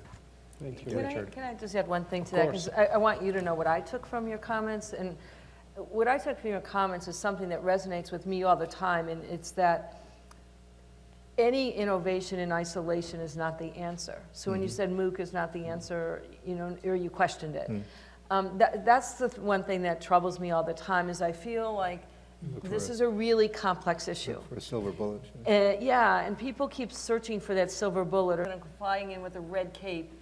And I've seen it so often. Ohio was a state who won Race to the Top when I was a state superintendent. I was really proud of that. But what happened in the next week was phenomenal to me. It was a $400 million check coming from Washington. And within 3 days, 125 vendors are sending me information. If I buy their program, my kids will read in 3 days. If I buy this other program, my kids will never drop out of high school. If only it were so simple. And there are people who gravitate towards that. We see it in our school turnaround work. They'll buy the product thinking just execute it with fidelity. And so that's what I want you to know. I took that from you because I struggle with that all the time, that there's not one easy solution to this, but we try to find that maybe the most economical one. And I worry with MOOCs about the lack of social interaction, perhaps, or whatever. So that, I wanted you to know I didn't take pessimism. So all the successful interventions that I'm aware of have multiple dimensions to them. It's our cross-sector, multi-stakeholder coalition village. Why don't we open this up to your questions? What I'd like to do to prevent a sort of tennis conversation with one player on that side and 5 here is we're going to take about 3 questions before we give an opportunity to the panelists to address them. So if you could please identify yourself and make your observations or your questions. Questions that end with a question mark are welcome. Good afternoon. I'm Vincent Deloise. I'm one of the ALI Fellows this year. I really enjoyed all of your talks, but I was disappointed that the words arts and education were not mentioned once in your thinking out of the box or out of the building solutions. There are some remarkable bottom-up initiatives. For example, El Sistema, which came from Venezuela with Jose Abreu and Gustavo Dudamel, the artistic director of Los Angeles Philharmonic, which is now making great strides around the country. I know that in Connecticut, where I live, several of our local communities are embedding it. What can we do at the national level? What can we do at the state level to make arts education a moral obligation, a civil right, and something that's epicentric to education from the get-go? Can we give a paintbrush and a recorder to every third grader and have them have that as part of the educational process along with reading, writing, and arithmetic? Why does that get cut first when states have to cut and when colleges have to cut and when grade schools have to cut the arts? Where is where is the caring in education? And I believe that it comes from the arts, not just music, but painting, gesture and movement, which would become dance, singing. You don't even need to buy them instruments, but just keep them singing throughout the school system. What are we doing top down to address that great deficiency? Thank you very much, and I'm going to ask the panelists to let that question soak in before you get into it. I should mention for those of you who are visiting from out of town that today, tomorrow, and this weekend, we are celebrating the arts at Harvard in something called Arts First. And if you just Google that, you're going to see a whole range of programs which are free and open to the public, most of them. Alain. Want to build on what Mrs. DeLille, you mentioned about the importance of early education that's ignored, and Commissioner Freeland, you mentioned about the lack of resources. I think, and with respect to innovation, a lot of innovation is done in an ad hoc fashion, and with respect to the lack of resources, we have a priority setting problem, because frequently, whether we look at health or at education, what's important and urgent takes precedence over what's important but not urgent. For instance, fitness versus healthcare. We wait until we have everybody can go for an open heart surgery, but we don't find the time to do fitness. And the same with respect to early education. We spend money on incarceration or on policing because it's important and urgent. And I think the issue of priority setting should start with Congress, with lawmakers, et cetera, because they have been educated in a system where what's important and urgent is what gets the resources, what gets the attention. So I want your opinion on that. Thank you, Alain. Hold your thoughts on that question. Let's take a third one.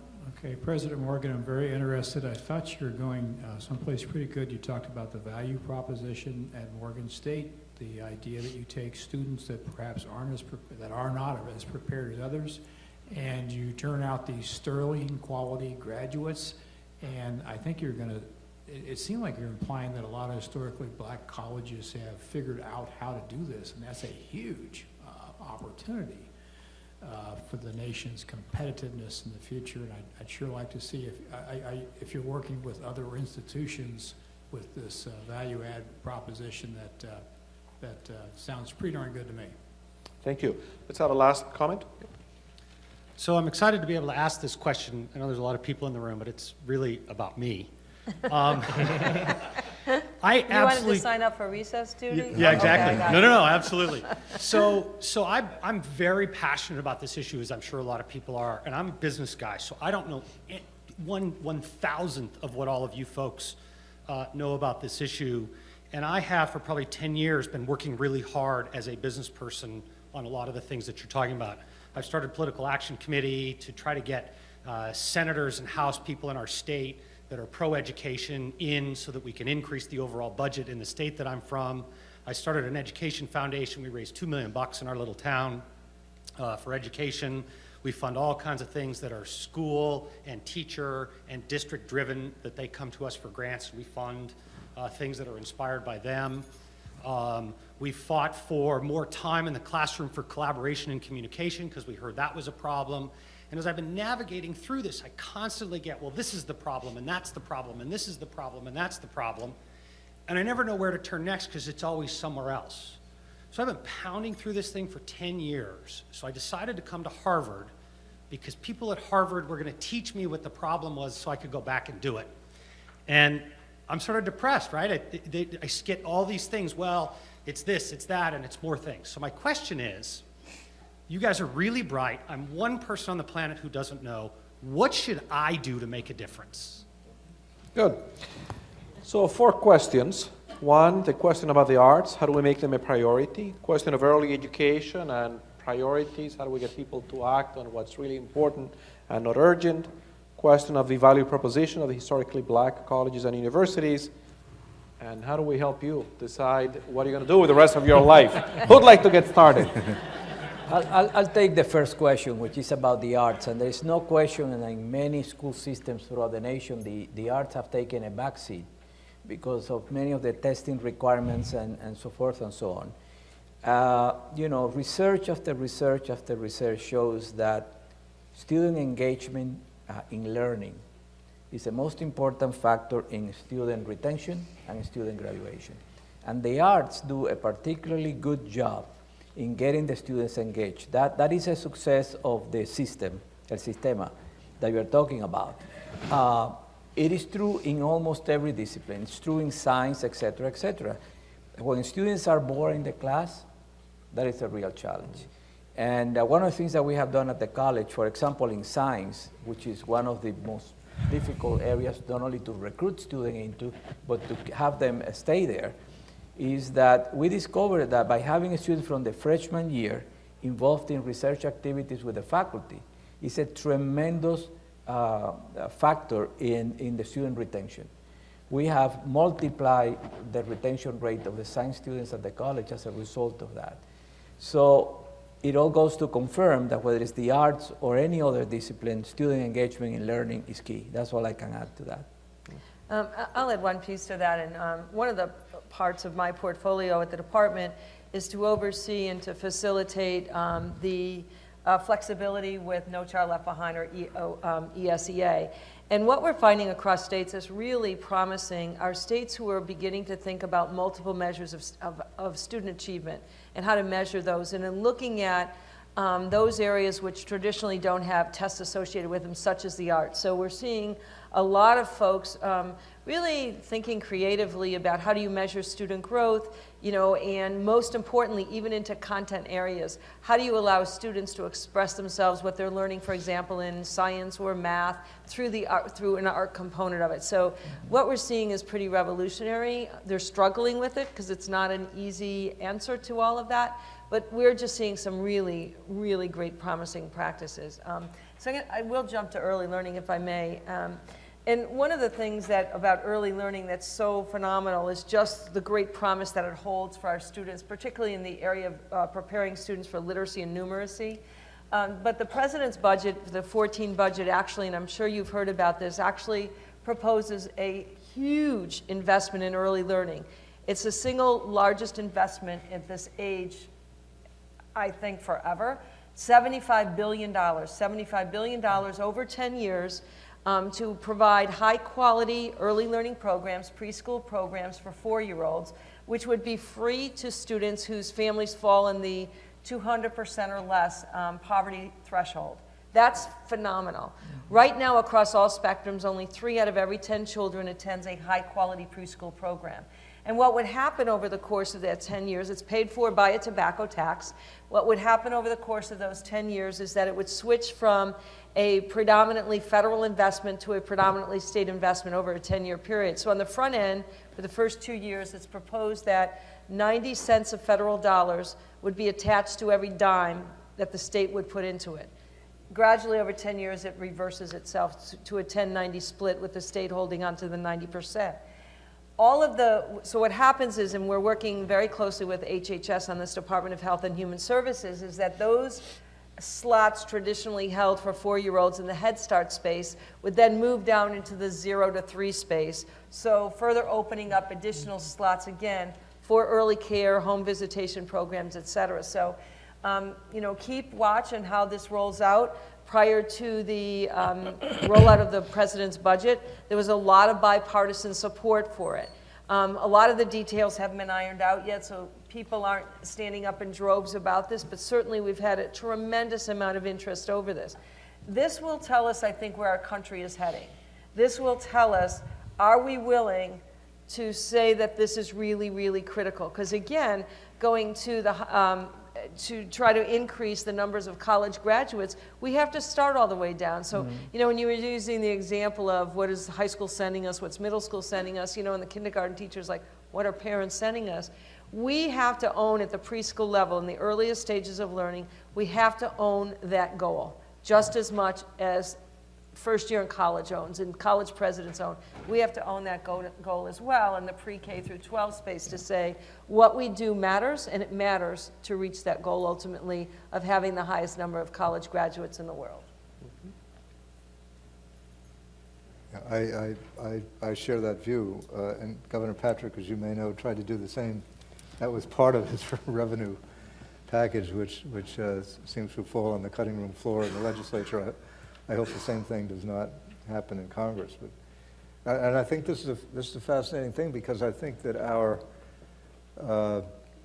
education, our thinking about educational finance is probably premised on an obsolete notion that you can count on families to get students to readiness for kindergarten, and you don't need to have a lot of government intervention before that.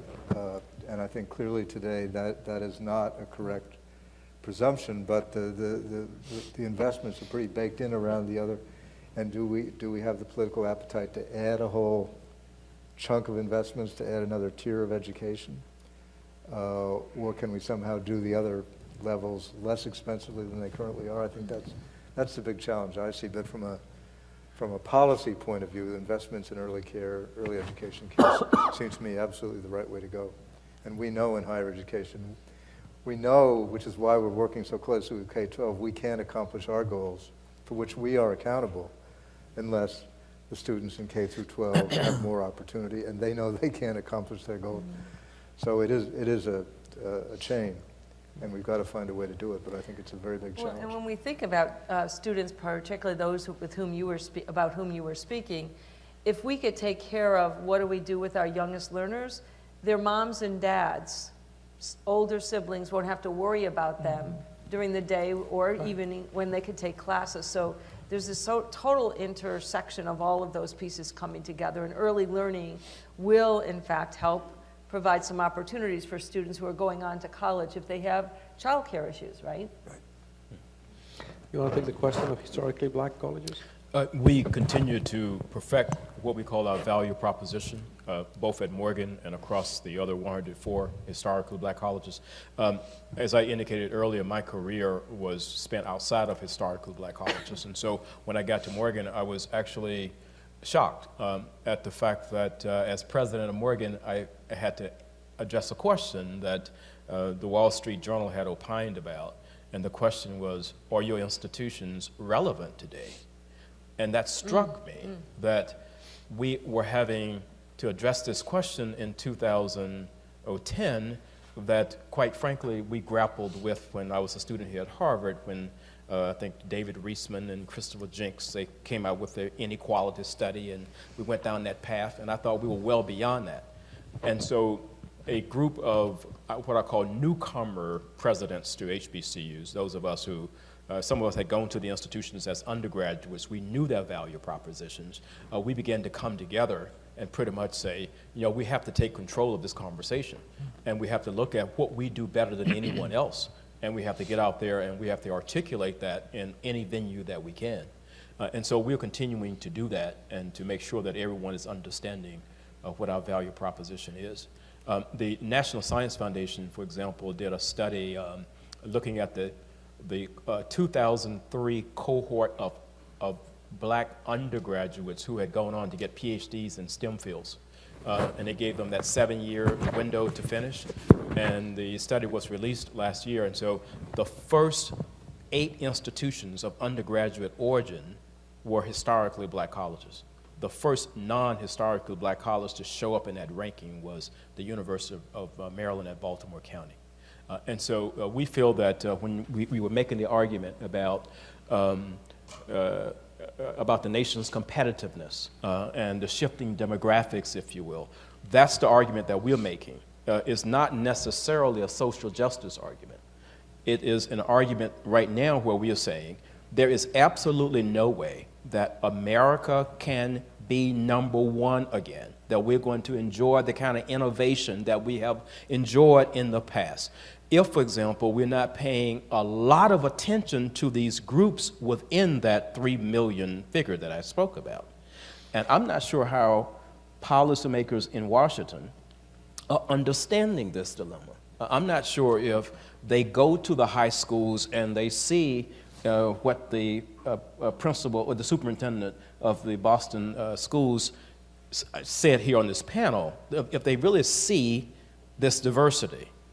And then if you see that, you kind of understand where the nation is and where the nation is going. I visited Central High School in Philadelphia about a month ago, showed up in a surprised way because I wanted to single out a high-performing student there and give him a full ride to Morgan. And while I was there was a fire drill. And they said, well, stop, and everyone has to go outside. And so I went outside, and all I saw was like 3,000 students. And I tell you, it shocked me to kind of look at that picture and say, where have you been, David, for the last 15 to 20 years? And so I think we do need to, as fellows, I would say to you, yeah, get out there and see what's going on and get a clear picture of that. And then when you have a clear picture of that and you match that with the policy and the education, I think that's a great, great recipe for advocating for sustained change. That's great. Okay. So can I just answer? So before I send Eric Jacobson back for remedial education in our core seminar, because what we've been stressing is entirely an answer to your question, but your question was, what can I do? And I would say the first thing is to reframe the question as, what can we do? The multi-stakeholder cross-sector coalition, which is, you do sounds like you are doing great things, and each one of them probably has some payoff, and there are probably other people doing some great things. It is why one-off innovation by itself doesn't create change. What you have to do is link all of them. So your task should be to go back and organize all of the innovators, align them behind a goal. They don't have to have exactly the same goal, but close enough. You know, the herd moves roughly west. And that's where you begin to have combined impact on multiple fronts, each one doing something in their own way. Each sector doing a thing they can do, and it's just one piece. But if you have the entire vision in mind and connect all the pieces, then the impact of your program by program begins to multiply, and it does become Harlem Children's Zone, or it does become the linked effort, Boston Children's Chorus, linked with everything else going on in Boston, makes a huge difference. But in defense of Eric's We're not I would only, back for maybe what he knows is that not everyone who calls themselves an innovator in education ultimately makes a contribution. I think this is part of what I heard in the conversation. We have a lot of noise in the sector, and some of these people who make noise, what they're doing is really devaluing our public institutions that have taken a long time to build, and really, if we look critically at value added, adding very little. So what he's trying to do is be one of the good ones, and I think that's a very responsible thing on his part, that he's trying to do that. Why don't we take another round of questions, maybe 2 or 3, yeah. I just wanted to, I met Eric just a few minutes ago, and I'm actually one of the speakers tomorrow, talking about innovation and some of the things that are going on. And I'm very glad I came in a day early to hear the conversation, because like Eric, I did come to hear from the top minds that are working on education and holistic, multi-sector collaboration. And I say that really seriously because for the last 13 years, I've been one of those. And what we did 6 years ago is we built a collaboration from the community grassroots. And it started with saying, this is not working. And we went to the state legislature and others, and they ended up creating an equitable formula to share revenue across the 11 districts. So that was the starting point. And then diversity is a top priority. But since that time, graduation rates over the last 10 years have increased in Omaha by 16% for every ethnic group, Gun violence is down 30%. We've created 3,000 summer job opportunities for high school students. Early childhood investment has just gone, just massive investments in early childhood, extended day, extended year opportunities, magnet schools, focus schools, dual enrollment. So I come to say that all of the various things that you've been talking about, I'm even much more encouraged now going back to Omaha to realize how much we do have going on.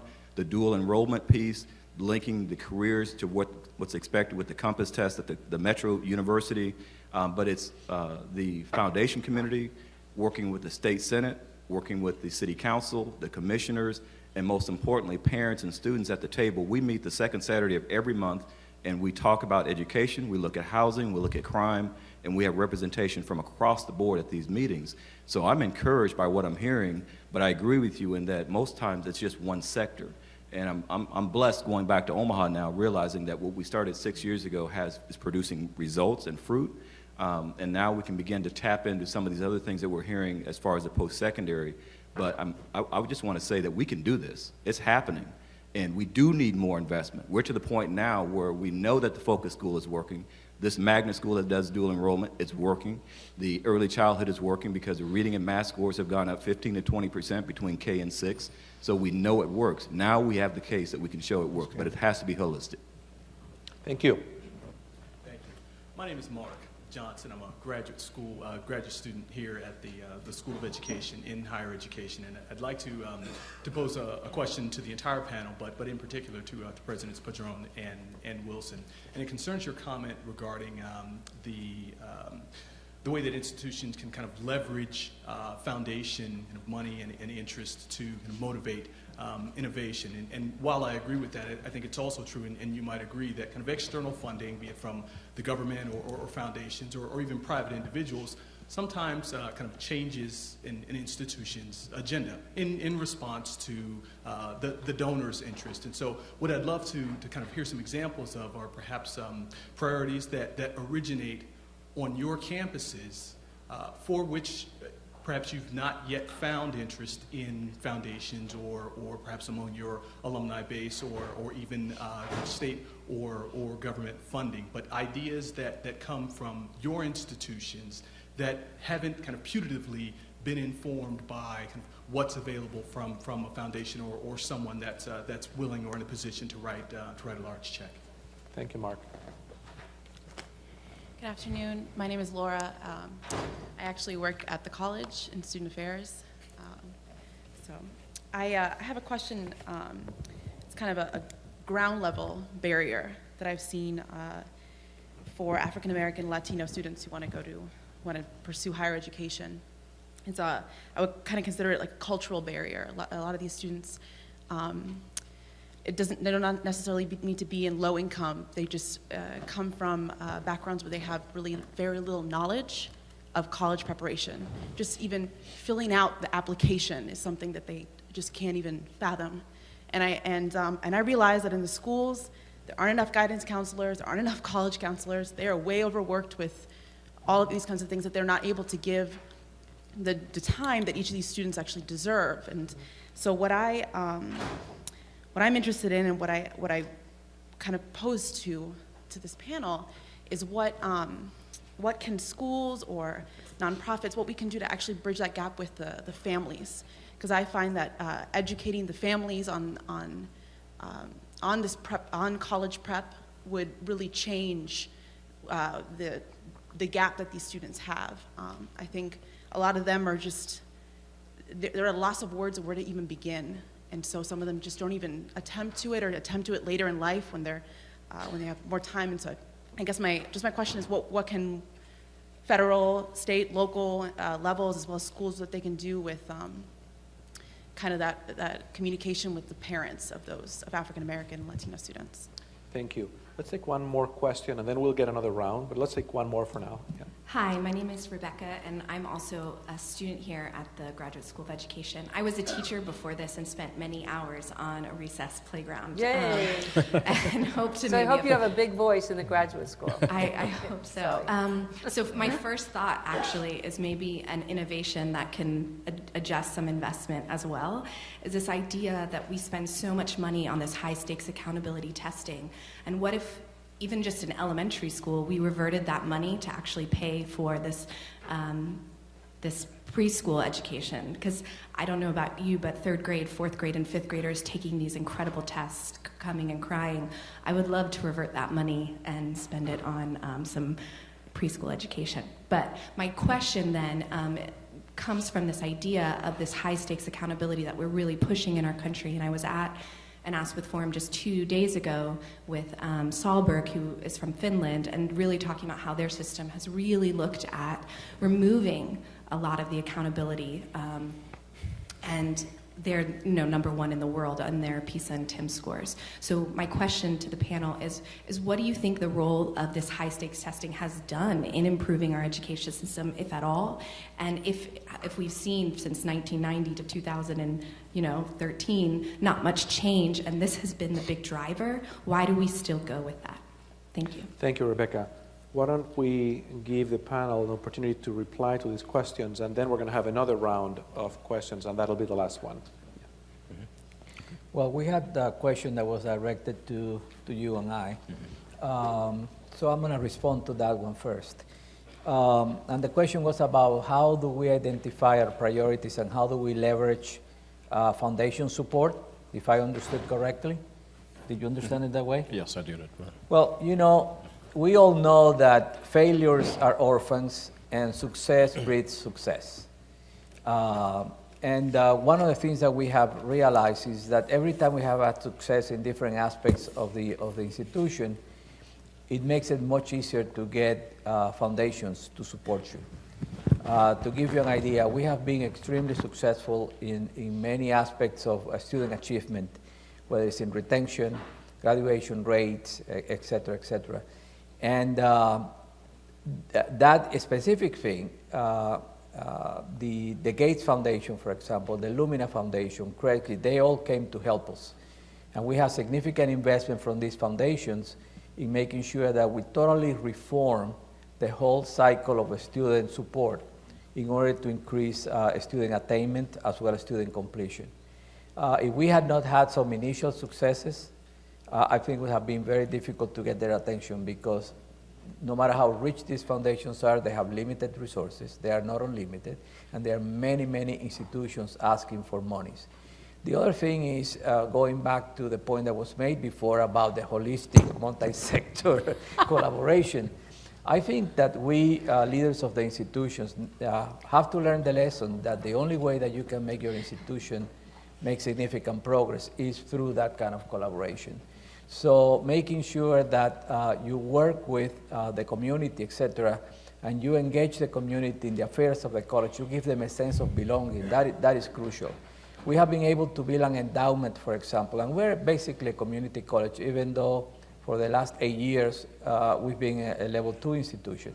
But our soul is that of the community college, giving access to everyone.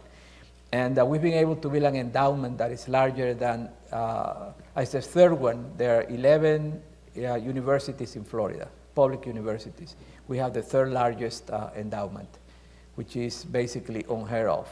And that's because of the community participation and investment in the institution, because they believe it's an institution that they feel proud of, that is doing the kind of things that is helping a student achieve. So I don't know how you feel about that, but it's that kind of, you have to be proactive in pursuing that, but it's also your work, like the successes you have had in science and engineering, that attracts a lot of donors and a lot of foundations take an interest in you. Mm-hmm.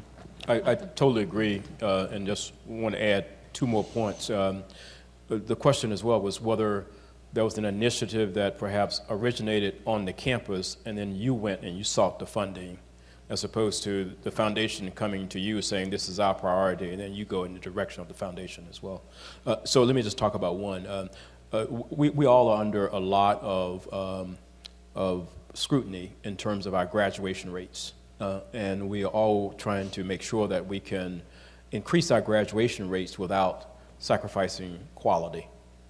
And so as I began to have this discussion at Morgan, I wanted to know, well, what is the low-hanging fruit? And what came across my desk was that we have, we had this sort of group of students who had made it all the way to the senior year. They had accumulated, let's say, about 90 to 95 credits, but they had dropped out. And they were still within that 6-year cohort that is counted in terms of graduation rates. And so we tried an experiment where I said, well, let me just set aside $50,000 in my budget and see if we offered those students $2,000, would they come back and complete their degrees? Well, we were able to identify 40 students who met that criteria. And of the 40, 20 of them accepted the $2,000.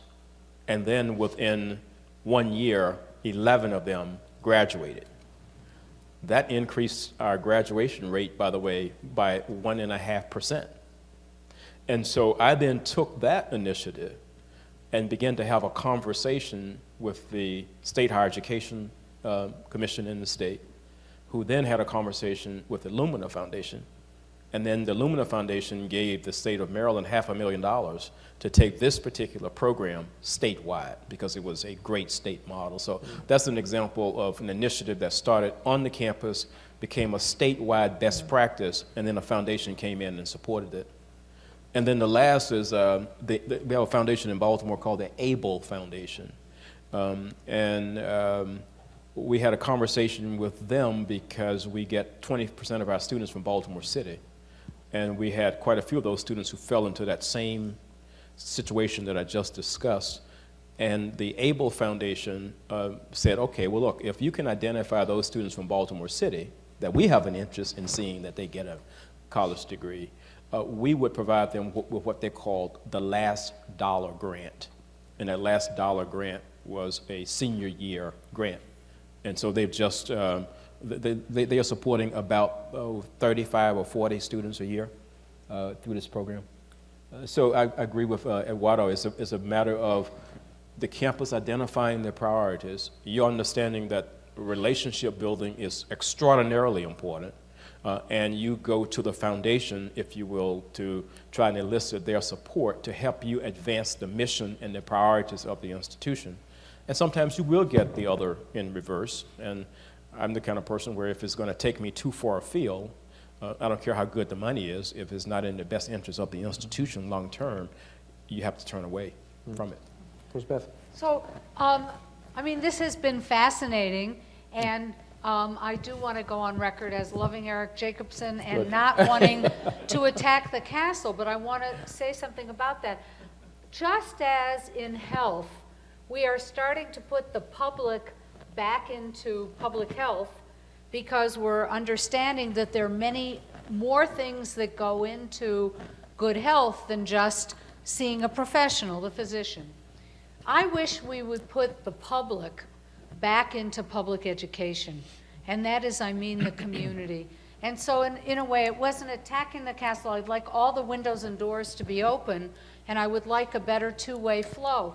Gilberto Dimenstein is not sitting here at the moment, but I hope all of you get a chance to talk to him about one of his earlier efforts to use the arts resources of the community to augment and enrich the school. Tomorrow, I understand Lucy Friedman is joining Chris Gabrielli. The After School Corporation in New York really became a vehicle for getting community-based organizations to do the after-school enrichment that wasn't taking place in poorer schools, that now is embedded into the school day. So why should we have to have a set of walled-off professionals doing everything as great as they are? It's why City Year is helpful, because it augments the professionals. to that issue about how do you get the parents to understand college? Is that one more burden we want to put on the schools to do by themselves? Or do we want to mobilize another kind of partnership out in the community to do that work with families? We can't have the schools do everything. We have taken institutions that were once in the old-fashioned, nostalgic, rural America, embedded in the community, and we've walled them off. So if we think about opening some of those walls, it frees the professionals who are dedicated to do their work, and we can tap other resources out in the community to augment that. And to embed it, I mean, it's actually better to have people from the symphony orchestra working directly with the students than to try to have many more music teachers who may not be as skillful, for example. And in Miami, one of the great things in Miami actually now is that the arts is the biggest economic development agent in the city. No longer just the Latin America, capital of Latin America, and that starts bringing a whole set of people into a community that ought to be a resource for the schools. So one thing we could start to do, and if you think of it program by program, it can seem sort of small and not enough. But if we advance that as an idea, that public education is not just that the public pays for it, the public is actually somehow connected to sets of students. And we also know that when members of the public feel connected to a population of students who aren't necessarily their children and maybe from a different ethnic or background or socioeconomic class, they will pay taxes for it. And Miami-Dade is another great example, because Miami-Dade taxpayers voted for something called the Children's Trust to bring additional services. And in 2007 or 8, when we knew the recession was coming, we didn't know how bad it would be, and it was a very anti-tax climate, the taxpayers again voted for it. And why? Because a community leader, maybe an Eric Jacobson, it happened to be David Lawrence. David Lawrence simply got to everybody of influence in the community, kept meeting with them, kept saying, you must advocate for this, created a coalition that advocated for it, and now there are taxes to pay for a whole range of children's services. And that Children's Trust was also the first grant that brought City Year to Miami, and City Year is now working in every turnaround school in Miami. So that's what also a citizen can do. Could I just make just a quick point? In a moment, I'm going to beg forgiveness to the several of you who wanted to ask questions. I'm mindful of the fact that some of our panelists have airplanes to catch. So I will just ask each one of our guests to make closing comments in 1 minute or less, if you will. And if you want to pass on that opportunity, that's fine as well. Deb. Sure. I just want to close with one comment, because I think in looking for the silver bullet, et cetera, and buying prepackaged programs, I think the one thing we've got to remember is that belief in kids is absolutely essential to their success. So however people find to advocate for kids, to believe in them, to develop mentorship programs, but it's the you can do it kind of attitude. That's what we find in turning around the lowest performing schools, is that people truly believe that all means all, and they act upon that. Eduardo. Pass. David. Just understand that there are different institutions of higher learning in this country with different missions. And I would hope that you, as fellows, will really understand those missions and understand that some institutions have opted to do the heavy lifting. And in doing so, we certainly need greater investments in order to make that happen. And I think once you understand that, you can become incredible ambassadors and advocates, for what we are talking about, to make sure that students from all walks of life will get an opportunity for a college education. Richard. If I think of kind of where we are in addressing the issues we've been talking about, I would make an analogy to the world of invention and the world of technology, where very often It takes a while with lots of different kinds of experiments and lots of different kinds of efforts going on in lots of different contexts for the strongest innovations to emerge that can then be scaled. And I think we may well be in a time like that with this. What gives me hope in this context is that there are fantastic things going on all over this state, all over this country, showing promise, showing success. I do believe that over time these will gel into a strategy that can maybe move the needle on a level of scale, but we don't seem to be there yet. But I think it's a process which has hope of ultimately getting us there. Thank you. Well, as we conclude this panel, let me thank our panelists, first of all, for what they do. These are people who walk the talk, whose lives' work is about expanding educational opportunity. And let me secondly thank you for your generosity in taking time of what I know are extraordinarily demanding schedules to come and share with us your inspiration, your wisdom, and what you have learned. And I want to thank all of you for your interest and engagement this afternoon. Thank you very much. Thank you. Excellent.